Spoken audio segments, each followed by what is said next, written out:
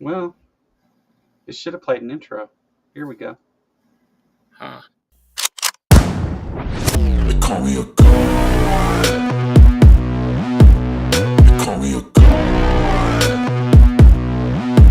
They call me a god. They call me a god. Let's go.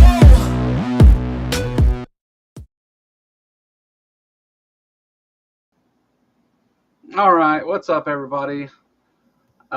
Welcome to another show. My name's Joe. I'm the Kentucky Atheist. I've got Eric from the channel Lionheart here with me today. We're going to talk a little bit about science, creationism, maybe a little bit into atheism and stuff. Right here is where you can find Eric's channel.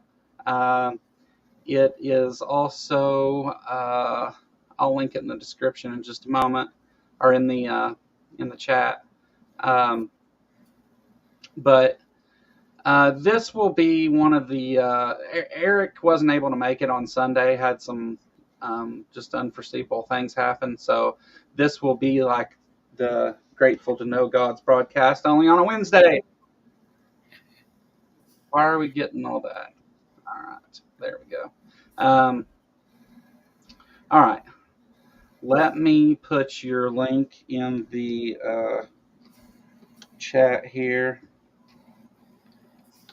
so people can find you. Um, you're fine, Robin. You're all good. I don't think things will get too rowdy. If they do, that's fine. I'll handle it. Um, the Is it not going to post my stuff? Huh. All right. Well, anyway, how are you doing today, Eric? I'm doing fine. Thank you very much for asking, Joe. I hope the same can be said for you, my friend. Yeah, I'm doing all right. I had Sunday. We ended up just having a panel and talking, so it all worked out and no big deal. I'm glad that you were, still able to make it and talk with me. I enjoy having these conversations. The Just to give a little background,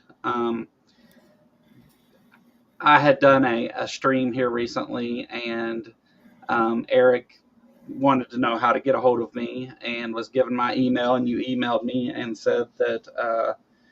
Um, you're a creationist, not necessarily a young Earth creationist, but you believe in the creation narrative, and that the science supports that. And Yes. so, since you're kind of taking that position, I'm not going to start out arguing against anything. So I'll let you start out and go wherever you want to go. Well, I appreciate that. Thank you. And let me say, first of all, hello to your audience, and thank you guys for being merciful to me because I wasn't able to make it last Sunday, and I'm really sorry about that. But sometimes things do happen that's out of our hands. But I'm glad to be here this evening, and I'm not here in an adversarial way. If you'll probably notice that I might have a friend or two in the audience out there, but I didn't bring a bunch of friends to troll you or anything like that. And I don't want to troll anybody there. My hope today is just to give everybody something to consider. That's all. And uh, I'll tell you a little bit about myself. I was saved at a young age, at the age of 6, actually, but I've never really been good at living the life the way I should. And so I was back and forth an awful lot. But one thing that I do is I'm very I'm honest with myself intellectually, and so my lifetime has really been a pursuit of trying to see what's true. And as you know, we have all kinds of narratives about this or that, and many of which are not true. Um, and we find this out, all too late many times in some things. Now, I didn't have a dog in the fight when it comes to some of the things I'm talking about, like evolution, for instance. Never had a dog in the fight. I've always assumed if God is God, he's able to create anything he wants to, any way he wants to, and he could have used evolution if he wanted to. Big Bang, same thing. I don't have a dog in the race. But what I did do, I've wanted to see for myself whether or not I felt these things were scientifically true, and so I've checked them out myself, and I think I have some very interesting information to share with you guys. And so, I don't know if we do have enough time, Joe. I hope to start with fossils and then go into astrophysics, and then finally end up with anthropology and mythology. And if we could cover those three areas pretty quickly, I think I can at least give you an interesting program and something to think about. But if we could, I'd like to share a short video. It's less than 3 minutes, but this is Mary Schweitzer, and this is dealing with some of the things that she has found in dinosaur fossils. And I'm going to use the word fossil a little bit loosely in a way that most people aren't used to the word being used, because in many, many cases, these things are not fully fossilized. So I'll go ahead and pull this up. This is Mary Schweitzer on 60 Minutes talking about and showing what she's actually found. Okay. And so there's Hold on here. We're not getting any sound. Except Walmart Express. okay, there we go. Stated Clearly presents. Hold on, I got the wrong thing.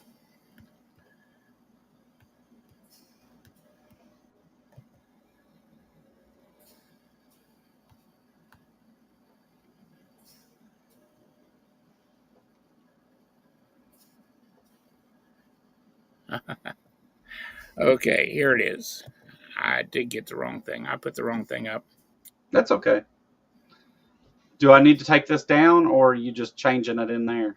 Yeah, go ahead. You can take it down. I'll Okay. pull it up in something else here. Okay, no problem. You get it ready, I'll put it back up there. Hold on. Let me go back to...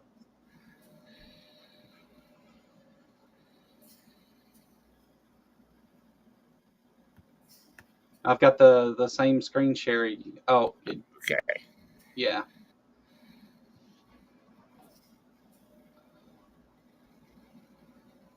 Well, while you're doing that, I'll tell everybody in the audience, hey guys, we have merch now, and there's a link in the description for it. And I would make the bot post it in chat, but the thing's not working. So go check that stuff out. I don't care if you buy anything or not. Just go look at it and tell me what you think. All right. Looks like you got the right one ready now. Go for it. Yeah. This is Mary Schweitzer appearing on 60 Minutes. Okay. What happened next happened by mistake. Mary put some fragments of the bone in acid to dissolve away the outermost layer of mineral. But the acid worked too fast, and all the mineral dissolved away. Being a fossil, there should have been nothing left. But there was, and it was elastic, like living tissue. This is the piece. No. She showed us video she took under the microscope. That's really what happened? Yes. That's the dinosaur bone? Without mineral now. That's what was left. It looked like the soft tissue she would have expected to find if it had been modern bone. This was impossible. This bone was 68 million years old. So you see this and you think, what? You I didn't want to tell anybody. You'd be ridiculed, Yes. right? And so I said to my technician, okay, do it again. I don't believe it. And yet, in sample after sample, they were there. Things that looked suspiciously like flexible, transparent blood vessels. She finally mustered the courage to tell Jack. She said she dissolved the bone away and there were blood vessels. And, I was like shocked. I mean, How could that be? How could that be? That's right. The things Mary was finding inside dinosaur bones, Look at that. blood vessels, and even what seemed to be intact cells, pose a radical challenge to the existing rules of science. that organic material can't possibly survive even 1,000,000 years, let alone 68 million. Mary, Jack, and their team published their B-Rex findings in a series of papers in the journal Science and were promptly attacked. Critics said their samples might have been contaminated, or that the supposed blood vessels were actually something called biofilm, a type of slime. But as Mary showed us, she's been able to replicate her findings. These are pieces of an even older dinosaur, a well-preserved 80-million-year-old duckbill. When she dissolved it away in acid... Let's put this under the scope here. Well, look. Is that a blood vessel? This is a blood vessel. You're You kidding. see the branches right there? And look at all of them. And it's so consistent over and over and over again. We do this bone and it comes out and I get excited every time. I can't help it. I mean, 80 million years old. Mary published her new results last year, and while some of her critics have been swayed, the controversy still rages, and the stakes are high. If blood vessels can survive 80 million years, what about DNA? Interesting stuff, isn't it? G'day everyone, welcome to another CMI podcast. This one is about dinosaur soft tissue, and I'm Dr. Jonathan Safdie for Creation Ministries I'm trying to. US from Australia. There it goes. Okay. So is this a different video, or is that okay? No, that just went on. There was a few things there in the that I wanted everybody to see. First of all, a lot of people don't understand what was really found. Some people think it was a glob of meat hanging on bone. No, that's not what they found. And some people believe it was just, they don't understand that this included a lot of things that were actually found, from proteins and, for instance, collagen was found, down to blood vessels and blood cells. In the tracks. No, they didn't find any cells.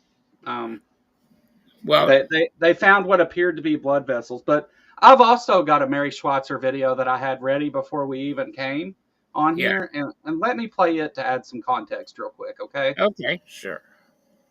Recently in a Young Earth seminar where your research was used to support claims that working blood vessels, fresh blood cells, and intact DNA had been found in dinosaur cells or dinosaur fossils. Is that a fair characterization of your research? It's wrong on all counts. Do we have blood cells? No, we do not have blood cells. I don't have the data to support that. We do have very rigorous evidence for DNA as the chemical in our dinosaur bone. And furthermore, it localizes using chemical methods to these osteocytes where you would expect it to be. But can I say it's dinosaur DNA? No, I can't, because it can be anything else on the planet unless I have sequence. And sequencing the DNA we pull out of our bones has so far proven to be impossible. We have round red structures that localize to the blood vessel channels. They have the morphological characteristics of blood vessels. They have a chemical makeup similar to what you'd expect blood vessels to have, blood cells to have. And I've never figured out why people are more focused on these little red blood cells than they are on the osteocytes, which are way cooler. Well, because even if they were really intact, red blood cells and red blood vessels, that doesn't change anything, correct? I mean, that doesn't change our understanding of how, the age of the Earth. It only changes our understanding of how things are fossilized, correct? Yes, exactly. And the cool thing of it is, if we quit wasting time on how old these things are and start getting at why are they there, it has huge implications that go far beyond dinosaurs. Okay. Okay, yeah.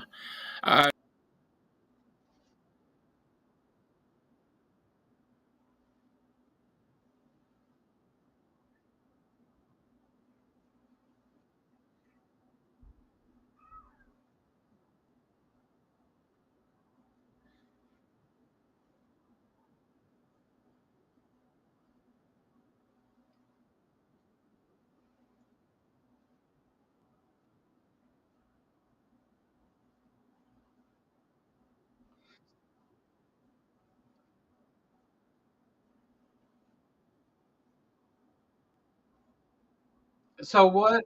Let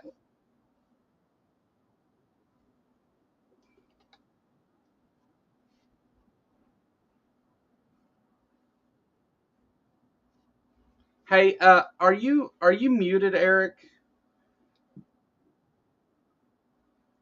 Can you guys hear him now? I don't know. Oh, I got you. Okay. Sorry. Oh, that's okay. So did they get to hear what I just said though? No. Okay. Well, um, what you're saying is true, but what I said was true too. Uh, Mary explains in the video that you just played that can she say that these are blood cells, and can she say that that is dino DNA? No, she can't, because it hadn't been tested up until that point. It was only observed, and that's what it looks like to them. So, the way it's described, though, in the 60 Minutes interview and in the one that you just played as well, the way it's described, she does describe the veins, and that in the tracks of those veins, you do see what appears to be a red blood cell. But like I said, as of that point, they had not been tested, so she couldn't say that that's what it was. Well, what are you trying to assert by bringing up Mary Schweitzer's work? Because she's been heavily misrepresented by creationists as finding things that show that the Earth isn't or that dinosaurs aren't, millions of years old, and her work also, so what she did was she left the sample setting in acid, and she found the osteocytes where those blood vessels were mineralized, and it ate the minerals off of them. So there was no soft tissue found. They found that because it dissolved the fossil, you were able to see the fossilized vessels that were there, but they were not soft at any time until she soaked them in acid for longer than she was supposed to. Right, but they weren't mineralized either at the same time. She said that. Well, she said that in the 60 Minutes interview. She said that it ate the mineralization off the outside of it so that she could see it. Okay, I'll pull something up for you from her paper. But what are you trying to assert by bringing her up is what I'm asking, because we may be arguing about nothing here. I'm not sure what you're getting at. Well, I'm going to show you several things right here. Because she even says in there that she says it's 80 million years old in the 60 Minute interview. Okay, so let me show you her paper here. This is from the Royal Society, and then they've truncated it, but I'm going to have to pull it up from somewhere else to show you after the abstract, though. But here's the abstract. Can you see it, or do I need to share that? You got to share it for me to put it on screen.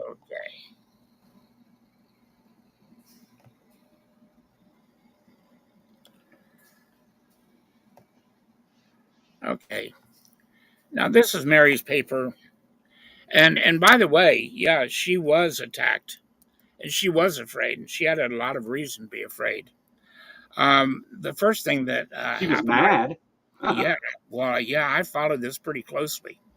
She was attacked, and they were implying that they didn't know the difference between biofilm and biological tissues, and that they were quacks for having misrepresented their findings. Well, I don't know if you know who she worked for, but she worked for oh gosh, what's his name? Jack. Anyway, he was like the top paleontologist in his field for decades. He was the science advisor for the Jurassic Park movies, and had the biggest name in paleontology, a huge lab, great reputation. And so his reputation was being dragged through the mud. Mary earned her PhD, though, by proving, first of all, through numerous tests, that these were biological tissues and not just biofilm. And then she went on to do this experiment right here. This is a role for iron and oxygen chemistry in preserving soft tissues, cells and molecules from deep time. And in the abstract, she says some really important stuff here. The persistence of original soft tissues in Mesozoic fossil bone is not explained by current chemical degradation models. In other words, this is why she said it was impossible in the 60 Minutes interviews and BBC and others, because these things have half-lives. These materials all have half-lives, and yeah, this is real science coming up against real science. So you are claiming that they're not 80 million years old? I'm claiming that they can't be. Well, I don't know how you're gonna cite Mary Schweitzer when I just showed you in the very interview you gave. She says they're 80 million years old. In the interview that I showed you, that was her talking. Mm-hmm. She says that these things have been misrepresented as things that they are not, and they're using it to try and argue about the age when that is not a question. That it's more about fossil formation. It has nothing to do with the age of these things. There were not soft tissues like found inside the bone, just soft tissues laying there. It was a result of the acid that she put on it. She found where those blood vessels were, and it increased their understanding of how those things fossilize. That's the problem. They weren't fossilized. They were, and she says so. Here, listen to what she says again. Well, hold on. Can I read this for you? Yeah, go ahead. Okay. Let me go back to this because I'm going to have to bring up the full article for you. Mary Schweitzer has been very vocal for years now about this and about creationists trying to take and misrepresent her work as if she found cells and soft tissues in these fossils when she didn't. And that's exactly what she just said with her own voice in what I played. Yeah. So I kind of have a problem with what you're trying to drive at here, but so this is essentially quote mining now, because in the very interview you showed. I'm not quote mining. I can promise you that. This right here, if you're sharing this for everybody, yeah, it's up there. This is the same paper, only I had to give you my copy of this because at the site that we were just at, where it was printed up, they've only got the up to the abstract. This is the full article. So once we get past the abstract, we go down to the introduction. Now, this is what I find interesting. Preservation of structures in fossils that were not originally mineralized in the living organisms is uncommon, but it is represented in microbes, plants, and animals in disparate environments throughout the fossil record. So right there, she's telling you, not all of this stuff is fossilized. Not all of it is mineralized. There are some aspects of this soft tissue left. She goes on to say, soft tissue structures retaining some aspects of the original material and thus not completely replaced replicas have been described in Mesozoic fossil bone as early as the 1960s. Yeah. In other words, they've been finding soft tissue for over 50 years before they even said anything about it. And she was the first one to say something about this. Why do you think that is? I think that's because they got a dog in the race. And that this is that's not going to be good publicity. Well, so, conspiracy happens, brother. It happens. So no, you're right, it does, but to suggest it with no evidence is irrational. Well, I would suggest that that's the only alternative I can come up with. Aunt Jer, sorry, 1 second, Eric. Aunt Jer, will you keep an eye on that and handle it in chat there? If he can't behave, just go ahead and ban him. Let me check. I hope I don't have any friends acting up out there. Master Pastor is making misogynistic remarks about not having to listen to women and stuff like that. Master Pastor, I don't know you, but I'm going to ask, please settle down. Yeah, don't act like that. I apologize for that. No, it's not you. He's here all the time. He comes often. We have to keep an eye on him sometimes, but yeah, no big deal. That's okay. So you see, she does go into her paper as she goes down into the introduction. We do see that she comes right out and tells us that there is soft tissue structures retaining structures, yes, of the original material, and thus not completely replaced replicas. In other words, those really were blood vessels. Yes. Now, At one time, they were blood vessels. Yeah, and they're still not completely fossilized. That's what showed was what was not yet completely. He didn't say that. In fact, in the interview I showed, she said the opposite, that she did not find soft tissues that weren't fossilized. Well, that's not. I mean, it's her words. I don't know what else to tell you. Like that's not what she's saying. Look here. She said he says, "What do you think about creationists saying that you found soft tissues, cells, DNA, and all those things in fossilized dinosaur bones?" And she said, "All of those are wrong. That's not what I was saying." That's what she said in what I showed you. Because at that point she hadn't tested any of that stuff to see if they. Well after the fact. This was just a couple years ago. Right. She had not tested and up until that point. But there's something else you should know about this too.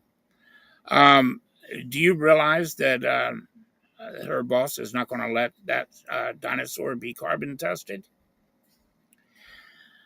Why would they carbon test it? And do you know why he won't? He says it's because of the spin creationists will get from what they find. Right, because carbon testing will give a date between 10,000 and 60,000 years. They know it's 80 million years old. So if they carbon test it, it's going to give a date in that range because that's the only dates it gives. Well, so it's the wrong tool for the job. So why would they carbon test it? If they carbon tested it and it really is 80 million years old, they should find nothing. That's not true. Carbon exists in everything. Well, they not C14. Yes, it does. Well, C14 is all in the ground, all in the water. It's in almost all the bones we find in small amounts. It's in fact it's one of the major parts of the background radiation on Earth. It's in everything almost. Well, no, that's not true. I'm afraid that's absolutely true, and I can show you source for it if you want. But if you look right here at the introduction, she says right here in the very first sentence, they were not originally mineralized.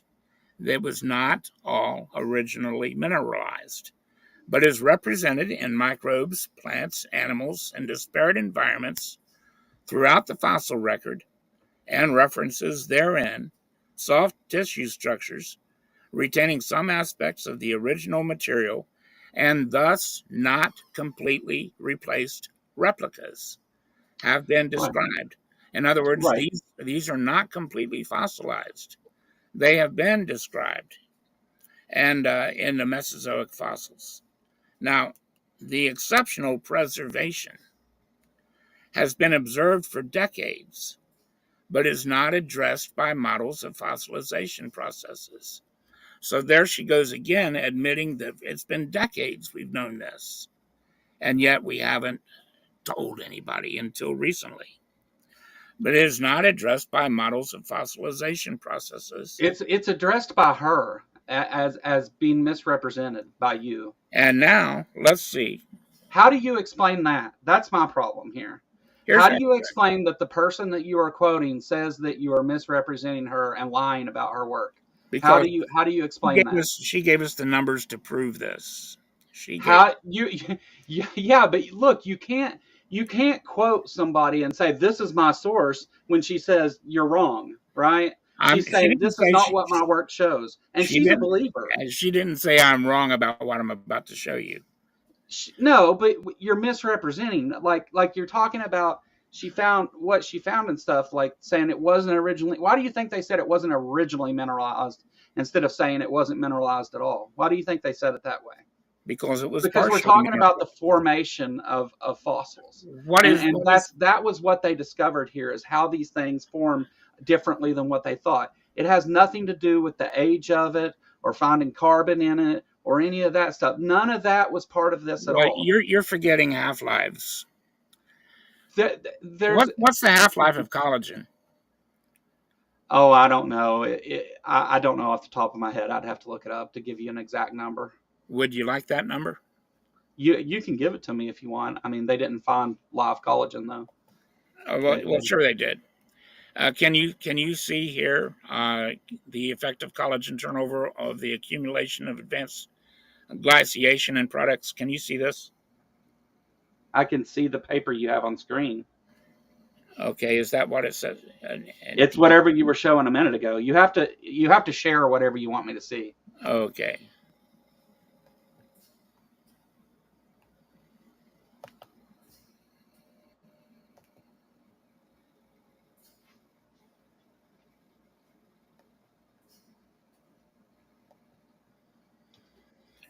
Okay, basically you're going to find that there's several different types of collagen. You can, down here, we find out, for instance, that skin collagen only has a half-life of 15 years. Yeah. There's also blood collagen, has a half-life of, it's even worse, 7 or 8 days. The longest cartilage half-life that we have is the collagen that's found in cartilage. And that's 117 years old. 117 years is its half-life. Now, do you guys know approximately how many half-lives it takes before you basically have nothing measurable to work with? Like 10? Yeah, roughly 10. And you brought up a good example of that earlier when we were discussing carbon-14 has a half-life of 5,730 years, right? Give or take 40.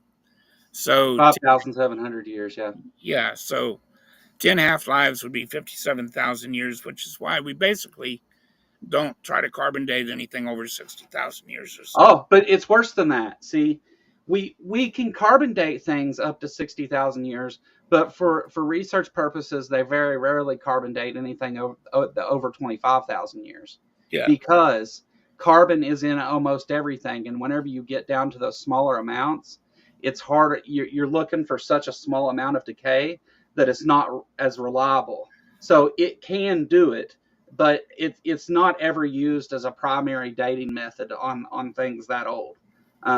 It can be in, like, they may use it to confirm something else or something like that. But as far as like a dating method, they rarely use it on anything older than 25,000 years because there's so much carbon in everything.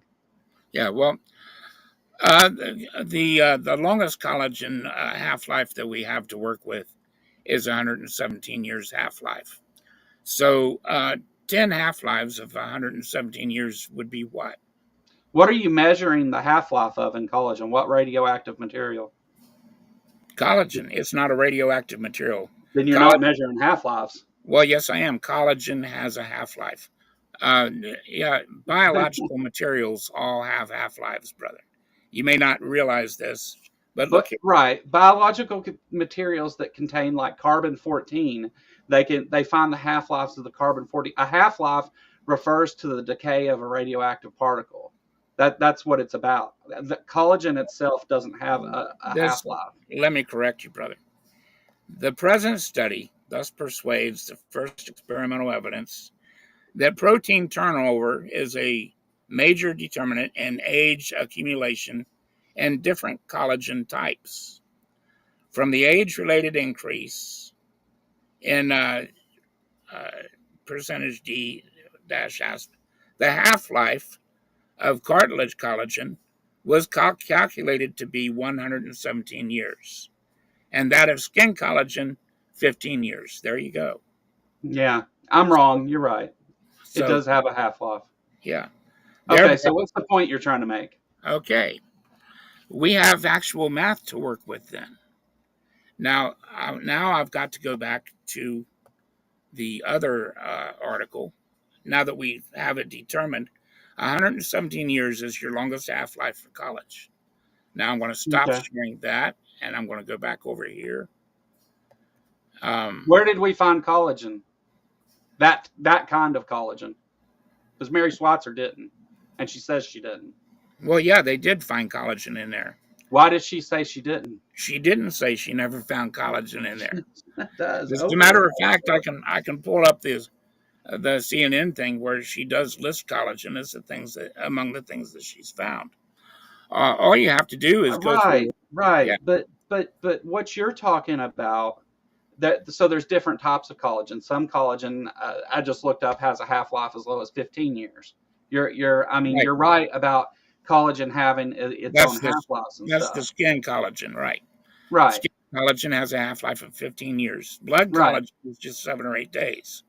117 years is for the collagen we find in cartilage. Now, let me show you this. So now that we have a half-life of 117 years, let's look at her other numbers. And what she did here in this abstract, since they can't understand how something could last 80 million years, 68 million years, and in the case of the ichthyosaur, over 300 million years of soft tissue, they're trying to find out what can make it last this long. So what she did, she said that we noticed an increased an abundance of oxygen and iron in the materials there. And so we're going to see if that could extend the life of any of this stuff to go like 68 million years. So what she did, she takes the blood of an ostrich from an ostrich egg, and she preserves proteins in them. She just sets them aside. And these proteins should have been gone in 3 days. But she was able to increase the stability from 3 days over 200-fold to more than 2 years at room temperature in the ostrich blood. Okay, so this, as we often say, is the best numbers that we've got. In other words, the longest she was able to preserve these proteins, the longest she was able to was 200-fold. Now, let's say that's true. Okay, now let's do the math. If you have a 117-year half-life for collagen, and then you give it the 10 half-lives to where there should basically be nothing left under, most normal circumstances, you've only got 1,170 years. That's all. But let's be generous, and let's give that the 200-fold increase that Mary was able to get. And I would like to reiterate here that there are no other tests that gives us a higher number than a 200-fold increase. No other tests have ever been done that yielded a longer preservation than this 200-fold here. So if you have 1,170 years and you multiply it 200-fold, which will give us the most outrageous outside upper limit of the age of these bones, all we have is 234,000 years. Not even a quarter of a million. Not even a quarter of 1 million years.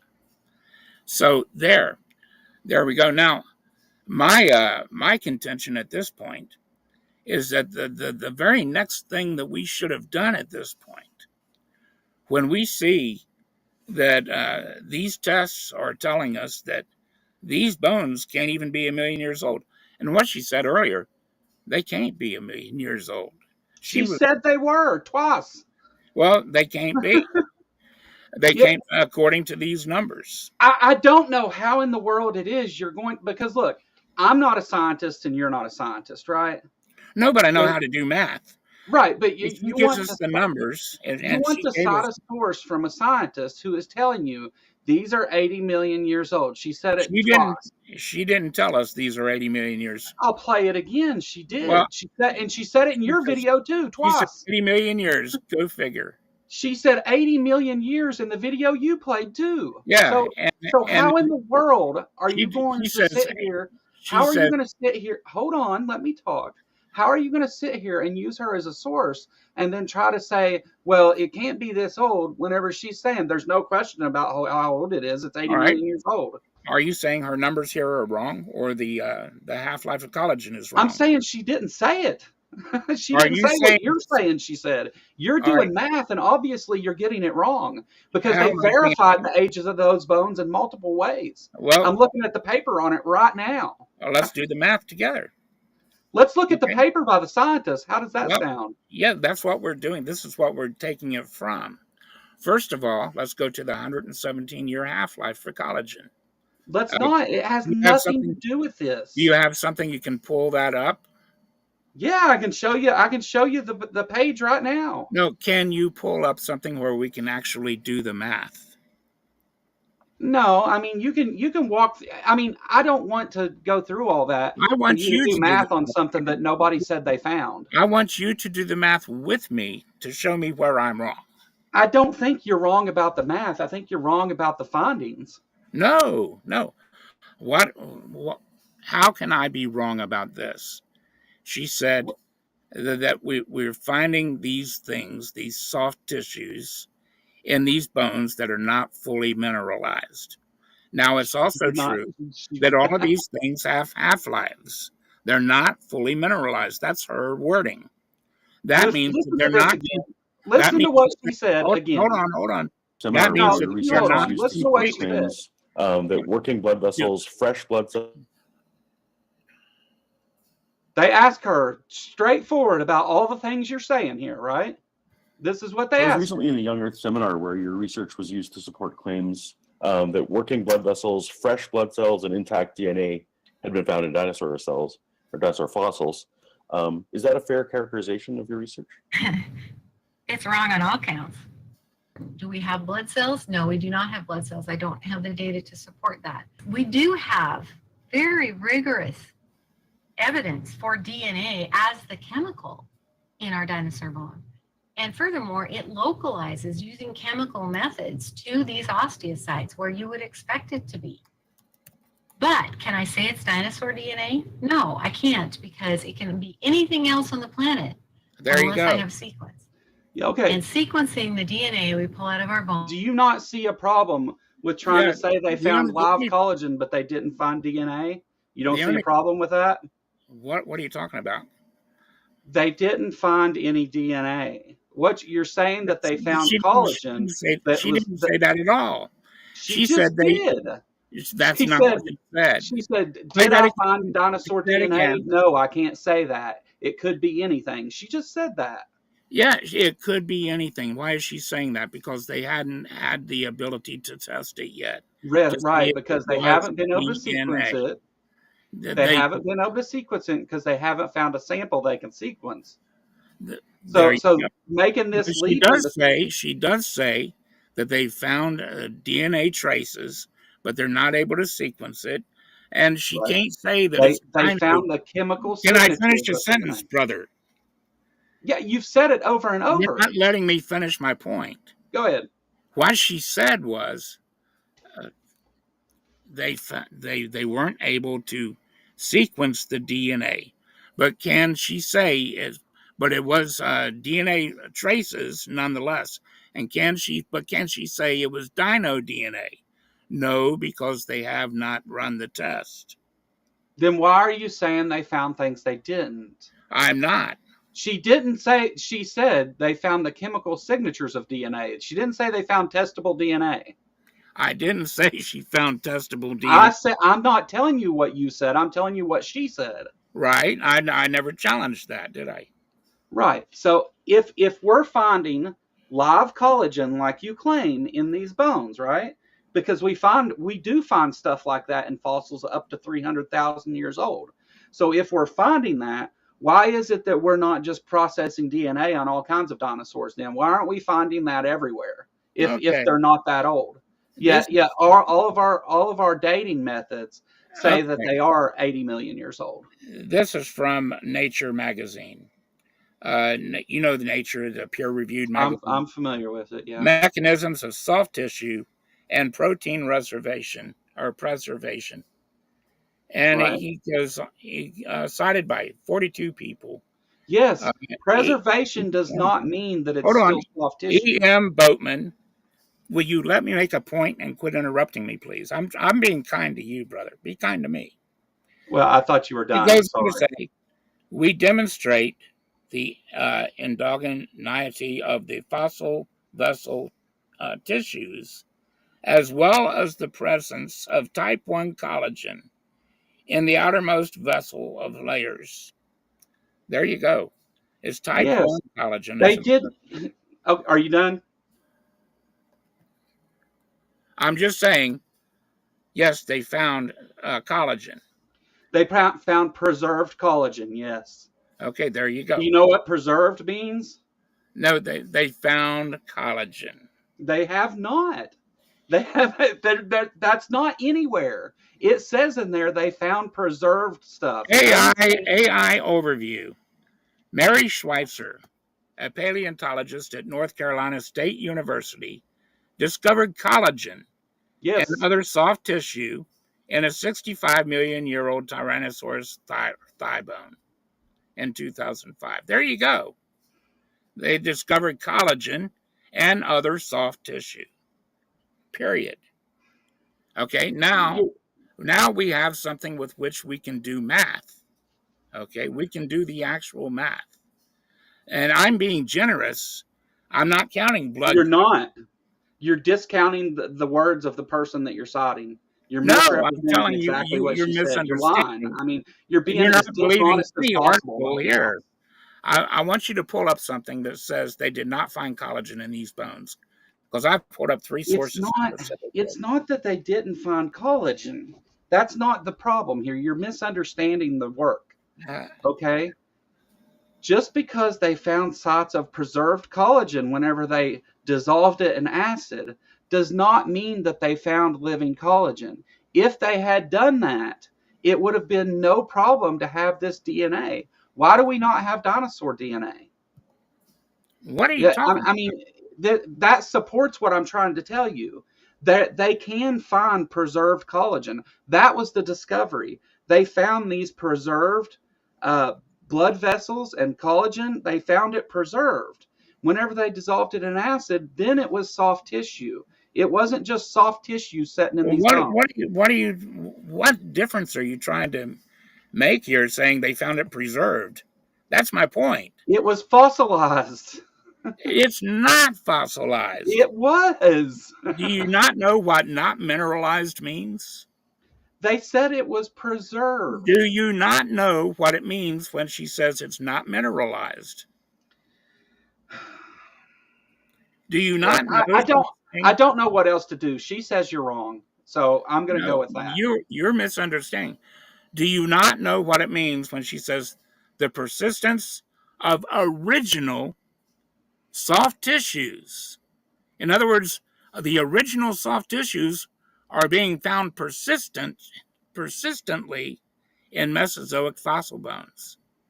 And the fact that it is being found is not explained by current chemical degradation models.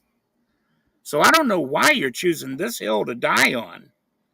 But my gosh, you were never going to get through this. Because you're taking leaps to try and do math of something that's irrelevant to the whole thing. And what is irrelevant about her math? It's not her math. It's your math that's the problem. Oh, how is it my math?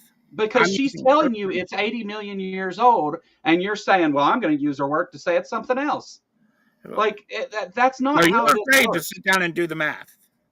What math are we going to do? They dated the fossils to 80 million years old. The half-life of collagen proves that those bones cannot be anything older than 250,000 years old. So you are... Okay, 234,000. So you are a young Earth creationist. No, I'm not a young Earth creationist. Then why this argument about trying to say dinosaur bones are younger than they are? What is the point? Because young Earth creationist does not mean that I think dinosaurs died out 65 million years ago. I'm not a fish. I know how to do math. Look. And a young Earth creationist says the Earth is only 6,000 years old. I say the flood happened during the Younger Dryas, 12,600 years ago. But I believe the Earth is probably much older than this. I believe that our Earth sees cycles. cycles of life and death and extinction and rebirth of life. That's what I believe. But did dinosaurs die out 85 million years ago? No. Not according to the half-lives of these soft tissues that we're finding in them. But why are you... Now, the next best thing... Now, look. She tells us right here, the persistence of the original soft tissues in Mesozoic fossil bone is not explained. Why are you ignoring one thing she says and citing another? I'm not ignoring anything she says. She said repeatedly it's 80 million years old. Well, she said that this information you're intimidated cannot be used to argue the age of these bones. Why are you doing it? I think it's funny that you're too intimidated to even work on this math project. I'm citing the scientists that you're misrepresenting. No, what are you talking about? You're not doing the math. I don't give a fuck about the math. Well, she's telling you it's not that old. So you're just going to throw science to the side. The scientist you are citing refutes the point you're making. What do you want me to do? She makes my point. She just did 3 fucking times. She makes my. You don't have to. You're hearing what you want to hear. If I'm hear. reducing you to cussing right now over math. So what? I cuss all the time. This channel's known for cussing. What are you talking about? If we can't have a civil discussion over that, that's sad. You're not listening is the problem. But you're not even letting me draw this out. You've said it over and over. You won't and I'm telling you, the person you are citing says you are wrong. So what now? So why do you keep citing a person? I want to ask anybody in your audience if they're willing to come up here with me and do this math. This is my channel. Nobody else is coming up here. So you're not going to do the math, and you're not going to allow anybody in your audience. Why do I want to do the math? She's telling you you're wrong. Why do you do the math? You've already done the math. You did it twice. If you're not going to do the math, why am I here? Did you not do the math twice? Did you not sit here and tell me collagen is 117 years old, Nick? Years old, and 10 half-lives makes it this. Did you not sit and go through that? Dude, I had to teach you that collagen had a half-life in the first place. Yes, you told me, and I was wrong, and I admitted I was wrong. Okay, you're wrong about this too. Does that make you right? Let's for a minute. My math is right. Let's just there's not an atheist out there that's ever shown my math to be wrong. Your math isn't wrong. It's just misused. I challenge you to show me that this math is wrong. And that those bones are older than 234,000 years old, according to the half-life of collagen. They dated the bones. They're not. They didn't need a 200-fold increase for it to reach 50,000 years, or excuse me, 68 million years. They needed a 55,000 increase. 55,000-fold increase. Not a 200-fold increase. Listen, that's not what they got. I've got a whole list of references on this very issue. Okay, a whole list of them. You want me to just go to the page? If you don't want to go through the math, that's okay. We don't have to. No, I don't want to sit and listen to you go through the math again. You already did. You're probably one of the same guys that's going to say every fossil is a transitional fossil too. That's how evolution works. Oh, really? Show me one that's been tested and proven to be transitional. What do you mean? I see all the claims. The theory of evolution tells you that all the fossils are transitional. Evolution is always progressing. Yeah, so they're all transitional. Where are the tests that prove it? What test would you like to prove it? Oh, so you don't believe your science has to be testable and repeatable? No, I asked what test would you like to prove it? Okay, let's prove to me that the Archaeopteryx is descended from a theropod dinosaur and descended into birds. Okay, so the reason that they do that, they don't have to know exactly which biological animal it came from. Theropods is a whole... I didn't ask you for a line of BS. I asked you for the testing that proves they are related. So look, if I'm explaining to you what you asked, and if you're gonna do that, I'll just mute you while I answer your question. But I'm trying to answer your question if you'll let me. Sure. So the Archaeopteryx, it it is a transition from when we're seeing avian dinosaurs, right, and into birds, and it's got features of both. The observations of the bones and the I didn't arms. say avian. It's supposed to be descended from a theropod dinosaur. Yeah. The bones in the hands, the bones in the wings, however you want to call that part and stuff. We see those bones, how they've changed over time. Not knowing exactly which population it came from genetically How do you is mean how irrelevant. they changed over time? Huh? You're assuming all of that. You're assuming they've changed over time. No, And that's the related. published science on this. You're That's assuming. what You're assuming they're related. You have no proof. Right, because they have the same bones and they made small changes over time. So How yeah, do we you know do they made assume that small they're related changes because the over theory time? of evolution is supported by the fact of evolution. Okay, right? well, show me the DNA tests that prove they're related. We don't have. If what you were saying was true, we would have dinosaur DNA, but unfortunately, we don't. So you're looking at this and you're saying every fossil is transitional because I looked at them and they look similar. No, I'm saying because of the theory of evolution, they're all transitional. Well, because of the theory of evolution, they look similar, therefore they are related. That's not how that works, but okay. Well, that's exactly how it works because you don't have any tests. No, we have other fossils. We have other fossils before and after those that you see. And you're assuming they're related too, with no proof whatsoever. Right. You don't have any. You don't have a thing. So it's not an absolute claim, but it fits the theory of evolution. It is an absolute claim. I hear it every stinking day, and you just said it yourself. What's that? That every fossil is transitional. When you don't under the theory of evolution, it is. As a matter of fact, not only do you not have the proof that even one is transitional, not even one, where we do get the DNA to test them, you're wrong. Look at the dire wolf, for instance. The dire wolf, we eventually was able to sequence that. It's not at all related to wolves, not at all. And it was declared that for 150 years. It's not as closely related. There's no two. It's not related to wolves at all. There all. are no two living things that are not related at all. They are not related to wolves at all. If you read the articles, you'll see they even evolutionists. It's not in the same family of wolves. I understand that. What you're not getting. There you go. So yes. and even mankind's. Do you know what cladistics is? Even mankind's alleged evolution is a sham. For instance, come on. You have Neanderthal. You have Neanderthal listed as Neanderthalis. What is that? He's not listed as a Homo sapien. We have the other Denisovan, not listed as a Homo sapien, and yet what is the definition of a species? So what is a species? Do you know? I do, but can I just go ahead and address what you're going to say instead of going through all that? Well, no, I'll tell you what a species is. Go ahead.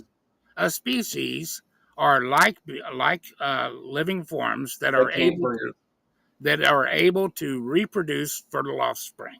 Right. That's what a species is. Right, okay. And the Denisovians and Neanderthals mated with humans, right? Neanderthals, Denisovans, and humans.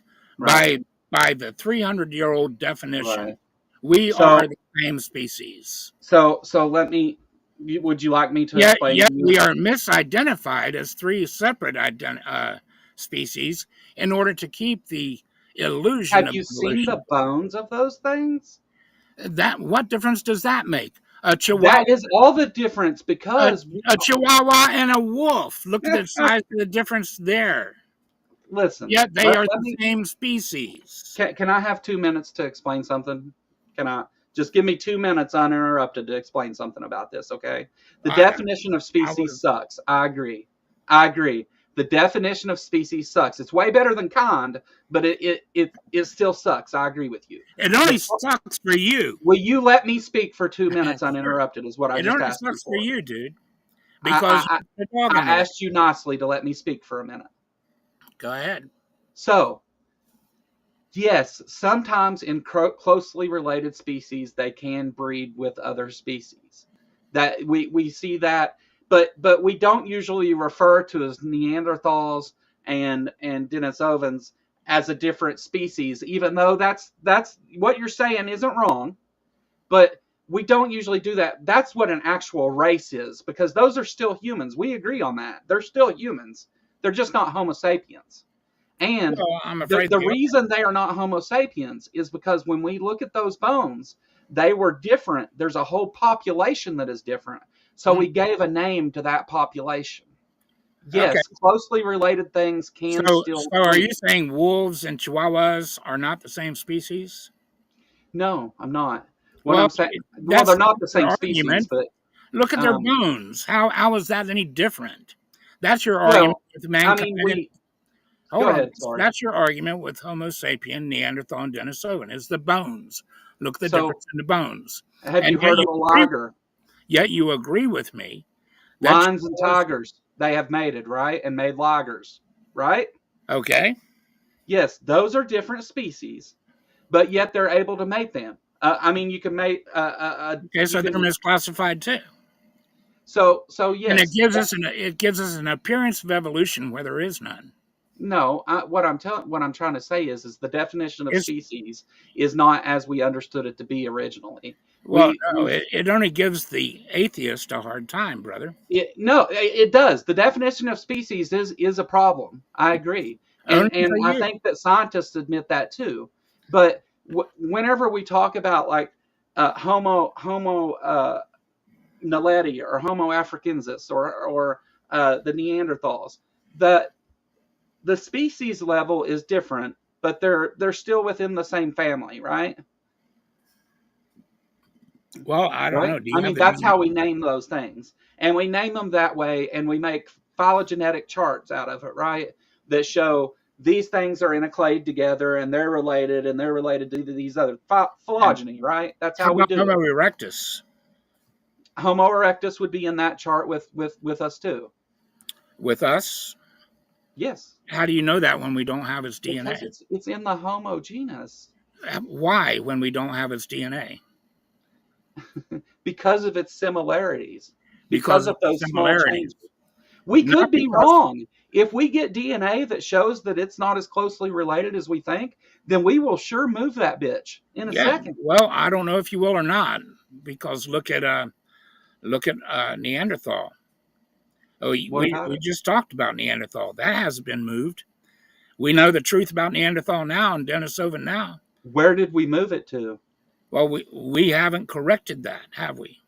What are we correcting? We still have them listed as separate species. They are. How?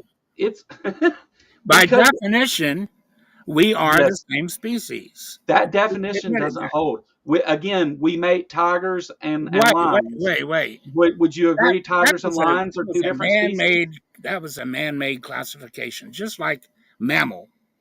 Yes, it is man-made. It's a man-made classification. Those charts are a representation. If we're not going to go by the rules, trash the rules. If everything was as you say, we would have DNA for all those things, but we don't. So we do organize these things by phenotype, and whenever we do that, sometimes we find out later that we were wrong about those things. But it's just a way to let me finish. It's just a way to classify similar things. Sometimes we get a better understanding of it and have to move things. That happens. But here's the problem. So if there's something else you want to hit real quick, I have a point I want to make. So say whatever you want to say, and then let me make my point real quick, okay? You can go ahead and make your point. Okay. So here's the issue. When you contacted me, you said that the science was on your side. Yes. And I understand what it is you're trying to get at here. But even if you sit here and show that evolution is bullshit and show that Mary Schweitzer found a steak on a dinosaur, it does nothing to support any kind of creationist narrative. Even if I give you the earth is 10,000 years old, it does nothing to show anything you're saying. I wouldn't say the earth is 10,000 years old. Well, I know. I just gave that as an example. I would say the earth is far older. As a matter of fact, I give it the possibility that it's older than you believe it is. I just I say 4.5 to 4.8 is the number I use. Well, I say that nobody knows, and anybody that claims they do, I think they're living in a lie. I really do. Can I ask a question that's outside of the argument here? Sure. Why do you think that creation apologetics is so centered on poking holes in understood science, and even if that science is wrong?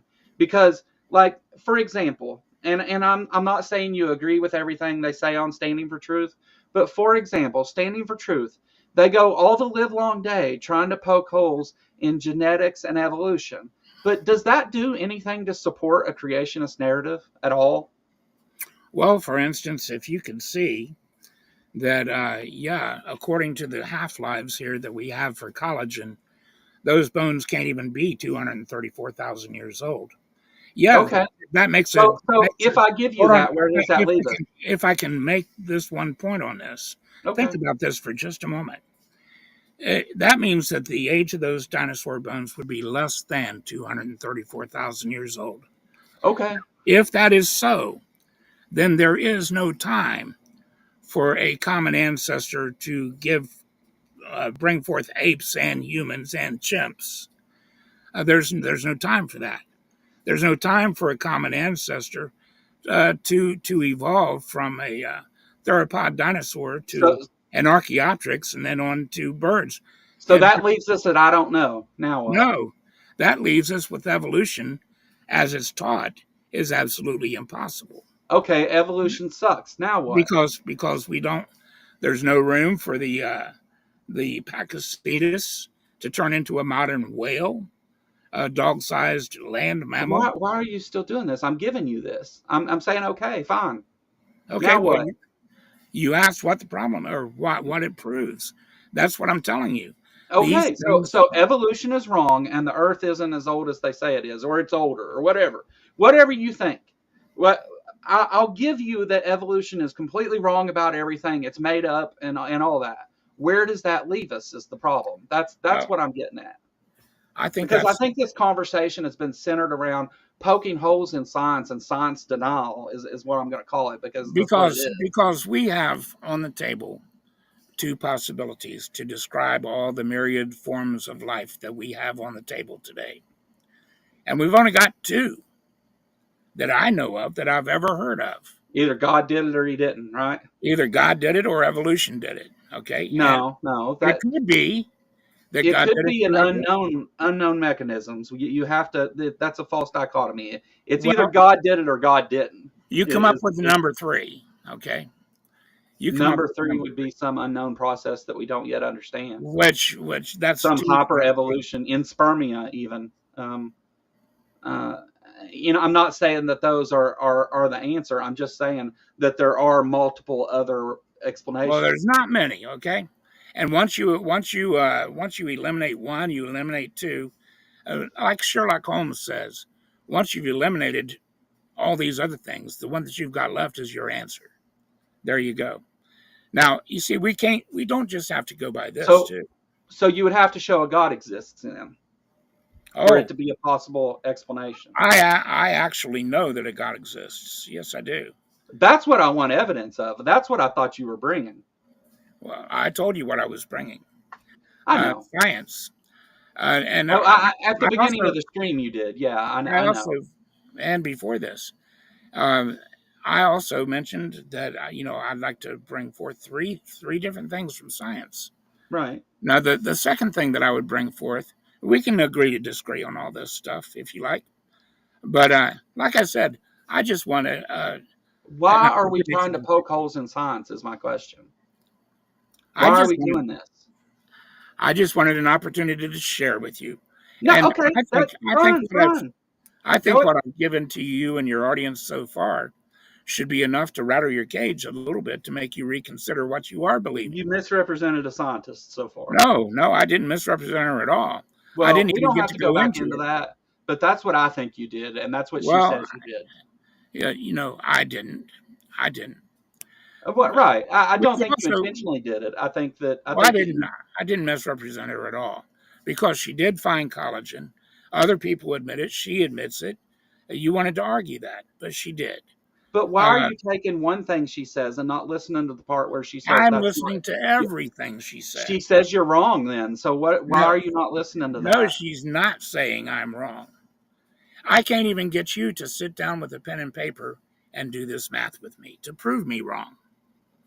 Yeah. You're just saying she disagreed with you. Well, no, these are her numbers. She has addressed your claim, is what I'm saying. She didn't address this claim. claim. That your claim is a misrepresentation. She did not address this claim. She has never addressed the claim that I'm making what now. In the world? That's what. Okay, let's move on. 1 second before we move on, though. Just 1 second. Okay. Windows 97. If you're wanting to talk to me, here you go. Contact me on my email or my Discord or something like that. I'll put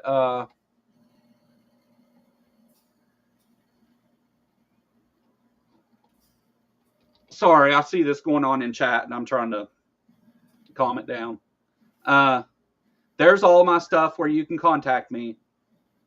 Contact me and I'll talk to you. I mean, that's how Eric got a hold of me, and today I'm talking to Eric. So I'm gonna let Eric say what he wants to say. If you want to talk, I'll put you on. You can come talk to me too, as long as I don't go look at your stuff and find out you're some kind of crazy bigot or something.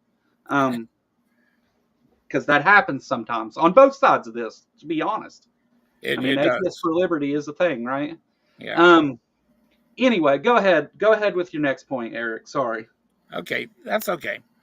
And next time I see you, I'm going to remember a couple of your points and I'll address them for you. Okay. On this point here regarding the 200-fold increase and the collagen, etc. Even if I have to just email you some stuff, I'll do that.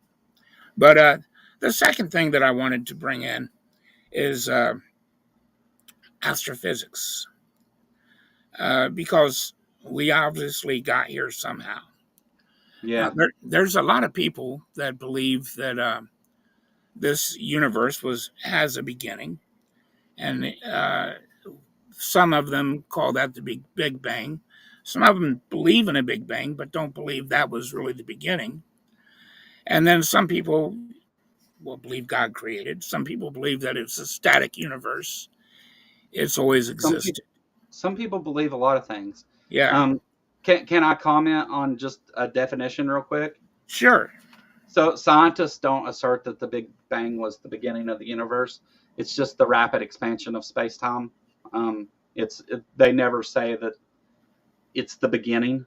I mean, the expansion begins, but space and time existed in a very compressed area and then expanded. That's what the Big Bang is. I agree with you on that point. I've never agreed with the point that time and space didn't exist before the Big Bang. I think that's a ridiculous statement. Right. I actually do too, and I think most astrophysicists agree with that. Yeah. That it's the laws of thermodynamics even would agree with that. So yes, sir. I just wanted to be clear about that because we have, like you said, people believe multiple things, and so let's be clear about our definitions of things. Go ahead, man. Sorry. That's okay. Anyway, when I look at the history of the universe, we have many different models of the universe. We all know that, or at least most of us do. And the most popular model of the universe, though, is the one that receives all the funding. And I find that really interesting. I've followed this for decades as well, and I find the history of the universe to be really interesting. Kind of a compelling, I don't know, comedy of errors, I guess you could put it. But I do believe that everybody's been trying to explain things the best way that they can. But let's look at the Big Bang itself. We began with the idea that there was a sudden expansion, boom, and this blew up into the universe that we see today eventually. Now, Sure. that was received and accepted by a lot of people, and probably most of the world. But there were a lot of people that still disagreed with it. And there were two things that they would always bring up that caused this to fail, our model of the universe at the time, and that was flatness and horizon. Sure. So flatness, we know that the universe appears to be flat, and why that's struck everybody so odd is the fact that if this was truly an expansion, a sudden expansion, it should have been even, like a balloon, big and round. That's what our universe should look like, but it doesn't. It looks flat. So in the and then there's horizon, which has to do with the fine tuning of the universe. So both of those things tended to falsify it, and that's when Dr. Guth come along, Dr. Alan Guth from MIT, and he gave us inflationary theory, Sure. well, perfected it. Now, if you go to his actual paper, he came out with this in 1980. He published it in 1981. And if you look at the final line in his abstract, what he does, he tells us that we don't quite understand the flatness of the universe, but I believe that this could be acquired if there was a sudden expansion, a sudden superheated expansion that suddenly almost decelerated to a stop, almost, but didn't stop. But it stopped fast enough and cooled down fast enough to where it caused the universe to collapse. He says, I believe that could be the answer for why we have a flat universe. But as of now, the mathematics are not working out. We need to do some work to this. And that's when he surrounded himself with a bunch of theoretical physicists, and they started wrapping it all up in string theory. And that brings on Michio Kaku and scientists of his ilk. Yeah. So after they come out with this, it was in around 1984, 85, 86.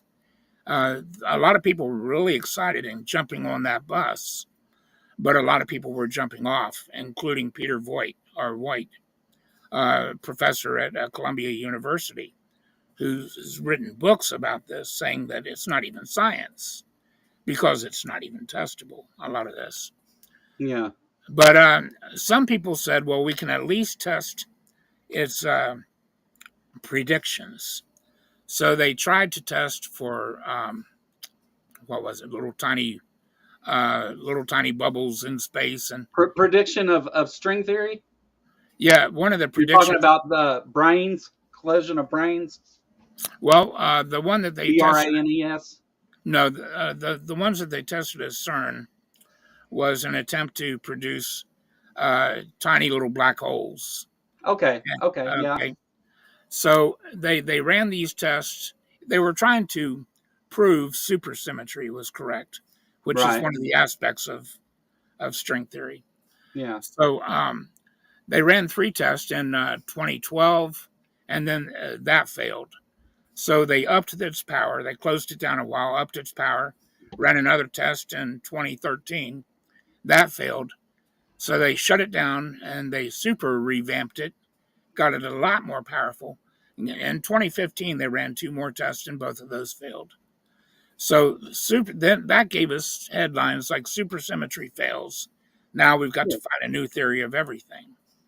But instead of finding a new theory of everything, what they did, they made certain observations, and they lumped it all together under dark matter and dark energy because they noticed some things that are not going on. Like, for instance, we have galaxies and galaxies that should have flown apart long ago because of the atomic weight and the rate of spin. But they haven't flown apart. They haven't blown apart. Something is artificially holding them together, and they can't figure out what it is. They call that force dark energy. Right. Or So, pardon me, dark matter. dark matter, dark Yeah, energy is the thing driving the expansion, is what they say. exactly. So let me just because we're getting into some complex things in physics here, um, you're correct, and they don't have a theory of everything, so to speak. They don't have a grand unification theory. The dark matter, while we don't know a whole lot about it, about what it is, and everything, we see its effect on other things, just like you said. Galaxies that should have flown apart don't. And there seems to be this, it has a gravitational effect, right? So we see its effect, but we don't directly observe it, dark matter in that case. Exactly.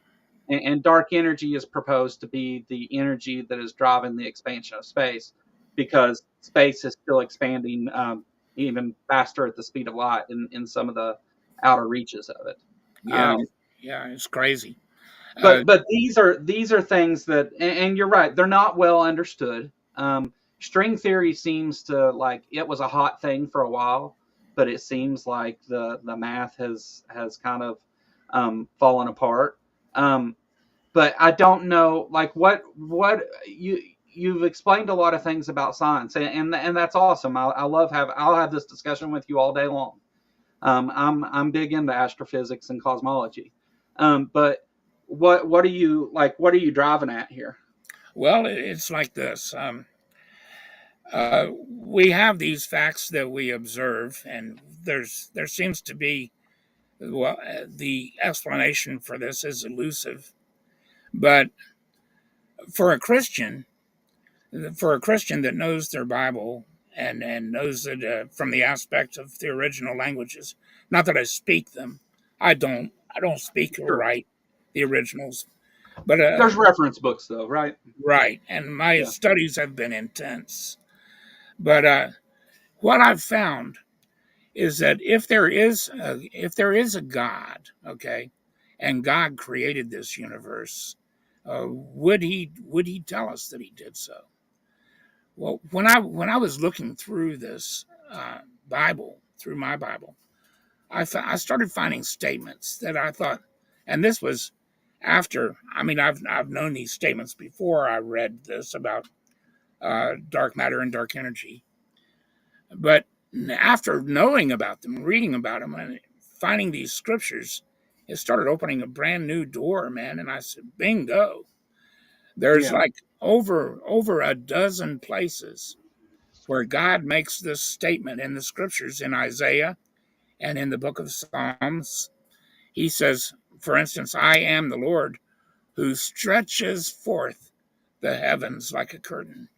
And that's present tense. That's not past tense. Sure. He's not saying, I stretched forth the heavens. I would have to look at the translation, but so let me ask you this. Since we've talked about science and you seem to have an understanding of how science works and stuff, whenever we make observations in science, generally what we try to do is make an unbiased observation and let the evidence lead us to the conclusion, right? Yes. Like we're trying to look at it and see where it points to.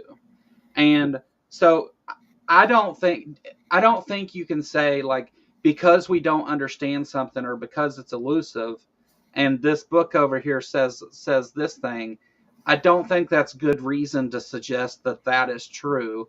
One of my favorite terms, and Robin's going to give me shit here for it, is post hoc rationalization. So because you find the universe elusive and you find this text compelling, you then use this text to explain the elusiveness of the universe. And I think that's a bad way to make decisions about the world, and it's definitely not science.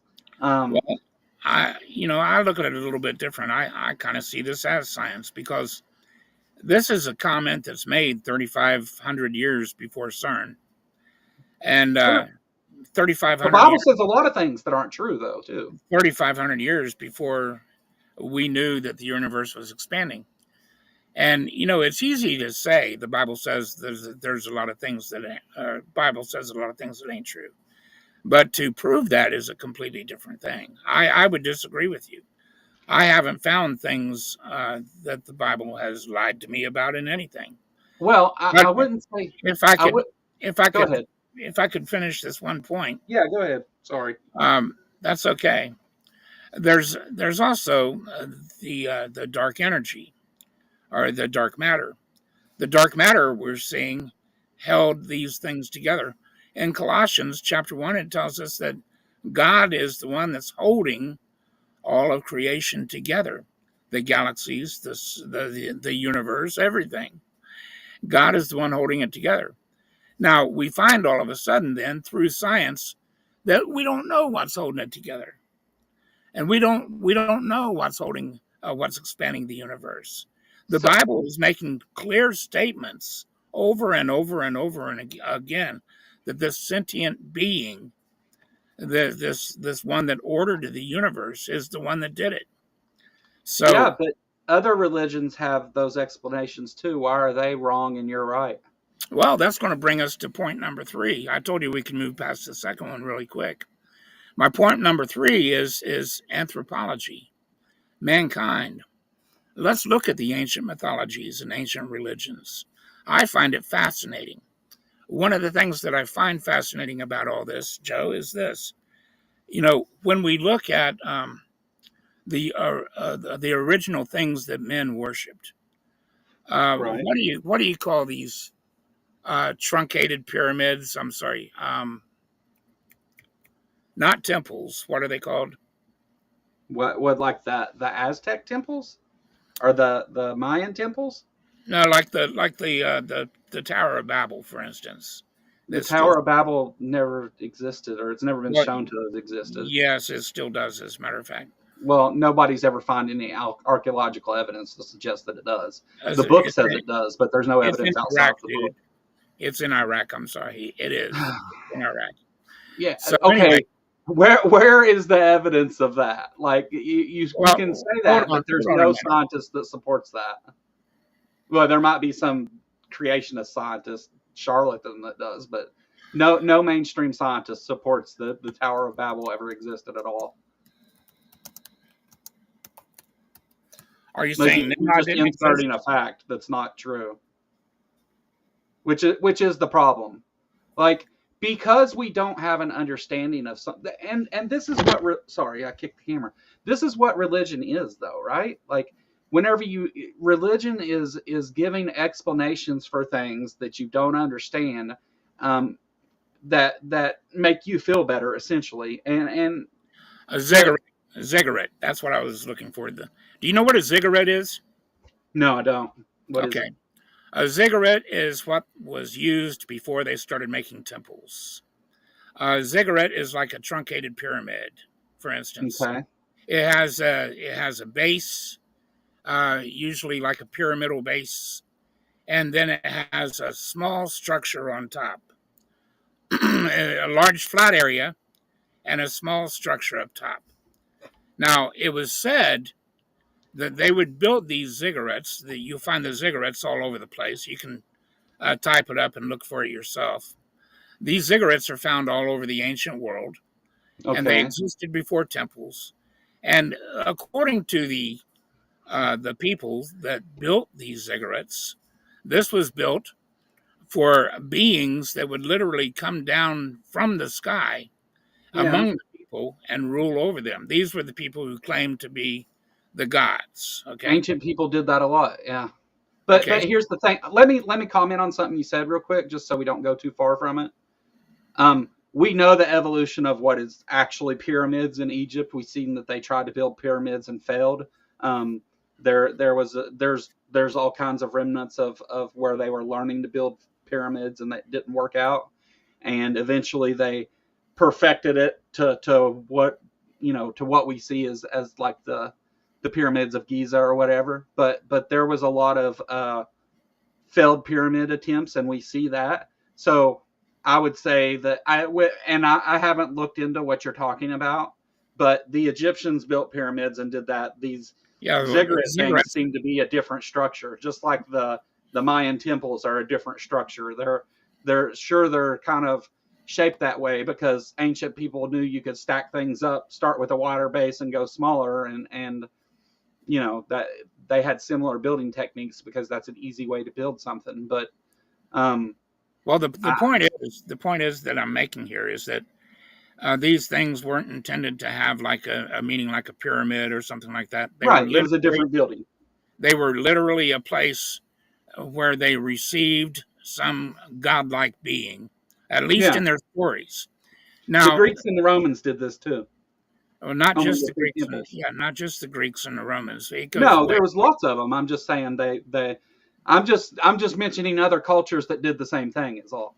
What's the point? The Greeks and the Romans did something different. They didn't build threats. All religions are different. That's why they have. Well, if you let me just draw this out. Yeah, go ahead. I was just trying to get to whatever it is you're trying to claim. Yeah, well, they're not the same thing. They're not. You're right. I agree. Yeah. So originally they were ziggurats, and according to all of the ancient, like the Mesopotamians and people before them and after them, these ziggurats were built because these creatures, beings, would actually come down and land on these things somehow. I don't know how. And they would rule the people from there and be worshipped. They would receive worship and gifts and women and what have you. So then all of a sudden, they stopped building the ziggurats and they started building the temples. And when they stopped building the ziggurats and they started building the temples, the very first temples were made worshiping serpents. And then we go into the stories of all the gods, the Greek gods, the Roman gods, the Mesopotamian gods, the Egyptian gods. The funny thing is, all of these ancient territories are telling the same stories. They're all, and these are mainly. You said they weren't the same. Well, they were very close to the same. These were people who, according to archaeologists today, they didn't know about each other. They had no contact with each other. Right. And it doesn't matter if you're in Chichen Itza or Mesopotamia or Egypt. It doesn't matter. You read about these ancient beings that were in rebellion. And not only were they in rebellion, but they lorded over mankind. They came down, they lorded over man, they kind of took over mankind. They started mating with women, and they started, in many cases, cannibalizing the men. And these are in the stories all worldwide. And then all of a sudden, there was a flood that wiped them all out and started everything all over again. Ancient Mesopotamians tell this, the ancient Egyptians tell this. Every single one of these ancient civilizations tell that story. So right, but now let me show you how that. Well, you made a whole lot of claims there about. Well, hold on. Let me show you how it fits in with the Bible now, because the Bible claim is this: the Bible claim is that mankind did choose. There was a rebellion. Mankind was faced with these ancient watchers that fell, yes, ancient angels. And then they brought forth the Nephilim. And then now let's also look at the book of Romans, or not the book of Romans, but the Romans and the Egyptians and the Mesopotamians. Because all of these people in the book of Enoch, you read about God telling these angels that they were going to be punished, and he tells them, "Your own children. Part of your punishment is you're going to have to watch your own children war against each other and die." And so, every single civilization, every single one of these ancient civilizations, gives us the story about the clash of the Titans, where all of a sudden, yes, they did start warring against each other. They did start destroying one another. I'll tell you something else really interesting. Apollo was one of these gods that allegedly. Hold on, you've mentioned like 20 different things that are. Well, if you can bear with me just a moment. Okay. Apollo was one of these gods that supposedly slept with mankind and is tied up in the bottomless pit. But the book of Revelation in chapter, I believe it's 11, if people read that, they're going to find out that God is calling the angel of the bottomless pit. When they are released and they come out, they have a king over them whose name is Apollyon. That's the Greek name for Apollo. That's what he was really called, Apollyon. So, yeah, in my opinion, we have, well, at least 2 or 3, 4 lines of science, plus all of mythology. Now, you can laugh at that, but we disagree. I mean, that none of that was science, though. Well, none of what I just gave you was, and pardon me, but anthropology is a science. Right, but that wasn't. Mythology is part of part of that. Mythology is mythology. Yeah, but it's still part of it's the opposite of science. It is still anthropology. So you have all of these sciences, every single one of them, that point to the fact that I'm not a fool for believing there's a God. Now, no, there's all of this. There's all of this, and I want you to know that my faith in God is not without a lot of study and a lot of support from the scientific community. But most of all, something that I'd want you to know and want everybody here to know, and if you disbelieve me, you can find out for yourself. God is a real being. Yeah. Okay. And God wants to have a relationship with everybody here. Now, if you got a dog in the fight to the point to where you don't care if there's really a God, you're not going to believe in him or worship him or serve him or whatever, then what I've got to say won't help you. I'm going to read a super chat real quick, okay? But if you're an honest man, and you'll be able to look and question honest things, and at least address these things, then I can tell you this. I will address these things if you ever let me. Well, I can tell you on and on and on and on about all kinds of shit that is unsupported by anything. Hold on a second and let me read the super chat. Left-handed Jedi gave a $5 super chat. The ancient Chinese, the people of the Indus Valley, and the Egyptians never noticed a worldwide flood. Thank you, Left-handed Jedi. I truly appreciate that. Well, he knows that the Mesopotamians did, the Romans did, the Greeks did. He knows that, we know that there's mythological stories, but mythology is not fact, and I don't know why you would claim that it is. There's over 500 tales of the flood from different races and peoples from the ancient world. Over 500 of them. Yes, and it seems to be that most of those originate from older Mesopotamian stories, and they're just retellings of the same story. Even the flood in the Bible borrows parts of that. I knew you would say that, and that's untrue. Because according to the scriptures, Abraham was... I don't care what the Bible says. Abraham was a contemporary of Nimrod. Why does it matter what the Bible says? Well, Abraham was a contemporary of Nimrod and actually lived in that area, lived with Nimrod before he was called off. And the Quran says that Muhammad split the moon in half. Do you believe it? I don't believe the Quran. Right.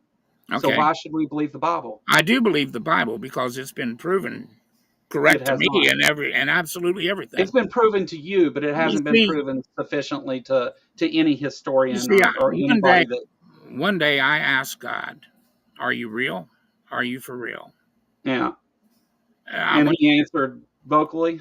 Actually, God has spoken to me vocally. Okay. Yeah. Now you can call me insane if you like. That's okay. I can't deny the things that you say you experience. I can't do that. But what I can say is that many of the things that you mentioned through that whole big thing about mythology and all these other stories and things, that's the thing. We know that ancient people told stories. We know the literary process they used to write those stories. We know what they were talking about in many of them. In mythology, all that stuff is metaphor for other things, and we understand that. According to you. No, according to you, that, it's metaphor. Historians and according to them, it's metaphor. Who's to say they're right? You? Well, I mean, you can suggest that it's something else. You can go against what the people. Well, you see, I've got a relationship with God, man. I don't care about any of that. I don't want to get into all that. Like, well, then you see, your personal experiences mean fuck all to me. How could I ever profit you? Look at you. Think about this for a minute. You don't want to sit down and talk about all my scientific reasoning. You don't want to go through and do the actual math for yourself as I walk you through. And then you tell me what I want to hear is the personal stuff. And now you tell me you don't want to hear that. No, I don't care to hear those things. But what you're doing is it's called gish galloping. You named like 15 things. And when I start to address that, you start talking about your personal experiences. That's why I don't give a shit. It's not that I don't care to talk about. I was going from one thing to another, and you interrupted me. You're not letting me address those things. You interrupted me before I could get to the personal relationship. You talked for 10 fucking minutes and didn't say anything. No, I didn't. You didn't? I challenge you to just sit and go on about ziggurats. I challenge you to replay this. This culture said that, and mythology said this, and mythology said that. I believe the Bible, it says this verse, and worldwide floods. You did. You just sat and went over all that. Can I address it? I challenge you to go back here and see how many times you interrupted me in mid-sentence.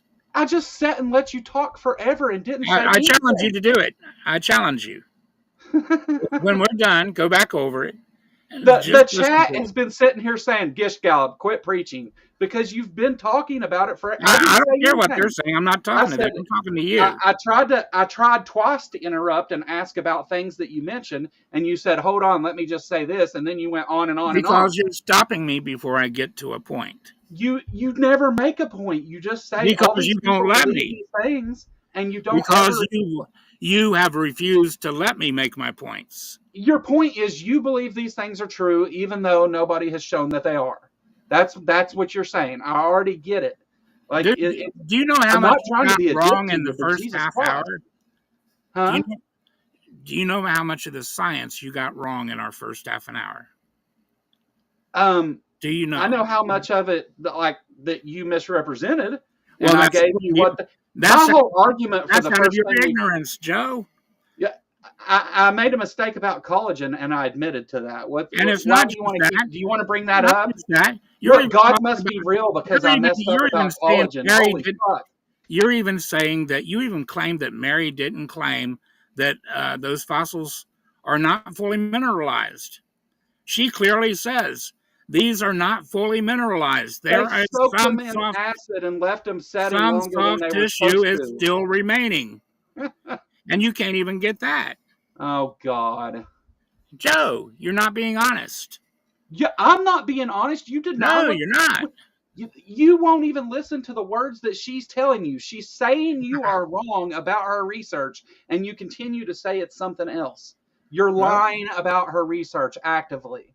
She's telling you you are wrong and to quit doing it, and you continue to do it. It's one of the most dishonest arguments that creationists make. Do you know why I already had the Mary Schweitzer video ready to play? Because I knew you were going to do it.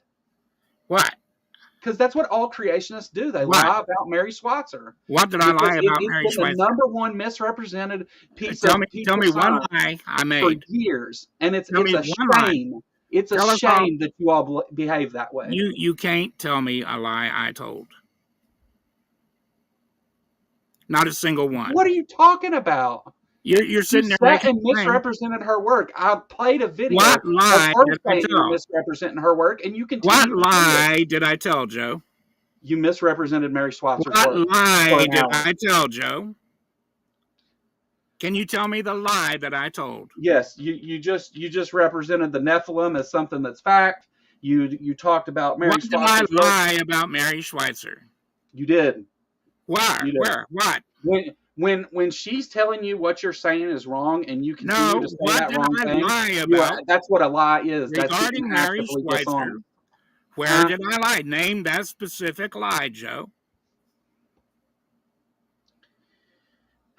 Okay, you were claiming that Mary Swatzer's work shows that these things can't be this old because of her findings in that work. She told you straight up, I did not find those things that way, and it can't be used to make that She did argument. not say I that. wish they would stop trying to make that She argument. did not say that. Man, you talk about I lying. can play it again. Here we go. No, you just did. Here we go. So, one more time. I was recently in a Young Earth seminar where your research was used to support claims that working blood vessels, fresh blood cells, and intact DNA had been found in dinosaur cells or dinosaur fossils. Is that a fair characterization of your research? It's wrong on all counts. You know why Do we that's have wrong on blood all cells? counts? No, we do not have blood cells. I don't have. Do you know why that's wrong on all counts, Joe? Because working DNA and working blood vessels were not found. They just found traces. They found soft tissues. They found the tracks. They found blood vessels, but they're not working blood vessels because they're not in somebody's body pumping blood and etc. That's not. She said working. Listen to the rest of it. The data to support that. We do have very rigorous evidence for DNA as the chemical in our dinosaur bone. And there you go. It localizes using chemical methods to these osteocytes. Right. They found the chemical signatures of DNA. They did not find DNA. Right. And did you not see the blood veins?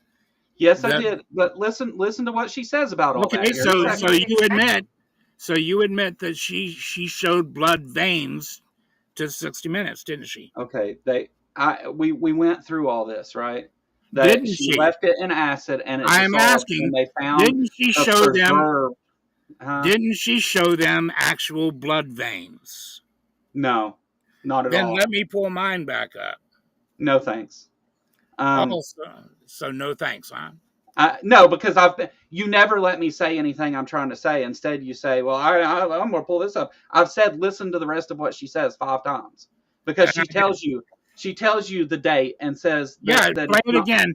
She didn't find working stuff. But can I say it's dinosaur DNA? No, I can't because it can be anything else on the planet unless I have sequence. And sequencing the DNA we pull out of our bones has so far proven to be impossible. We have round red structures that localize to the blood vessel channels. They have the morphological characteristics of blood vessels. They have a chemical makeup similar to what you'd expect blood cells to have. And I've never figured out why people are more focused on these little red blood cells than they are on the osteocytes, which are way cooler.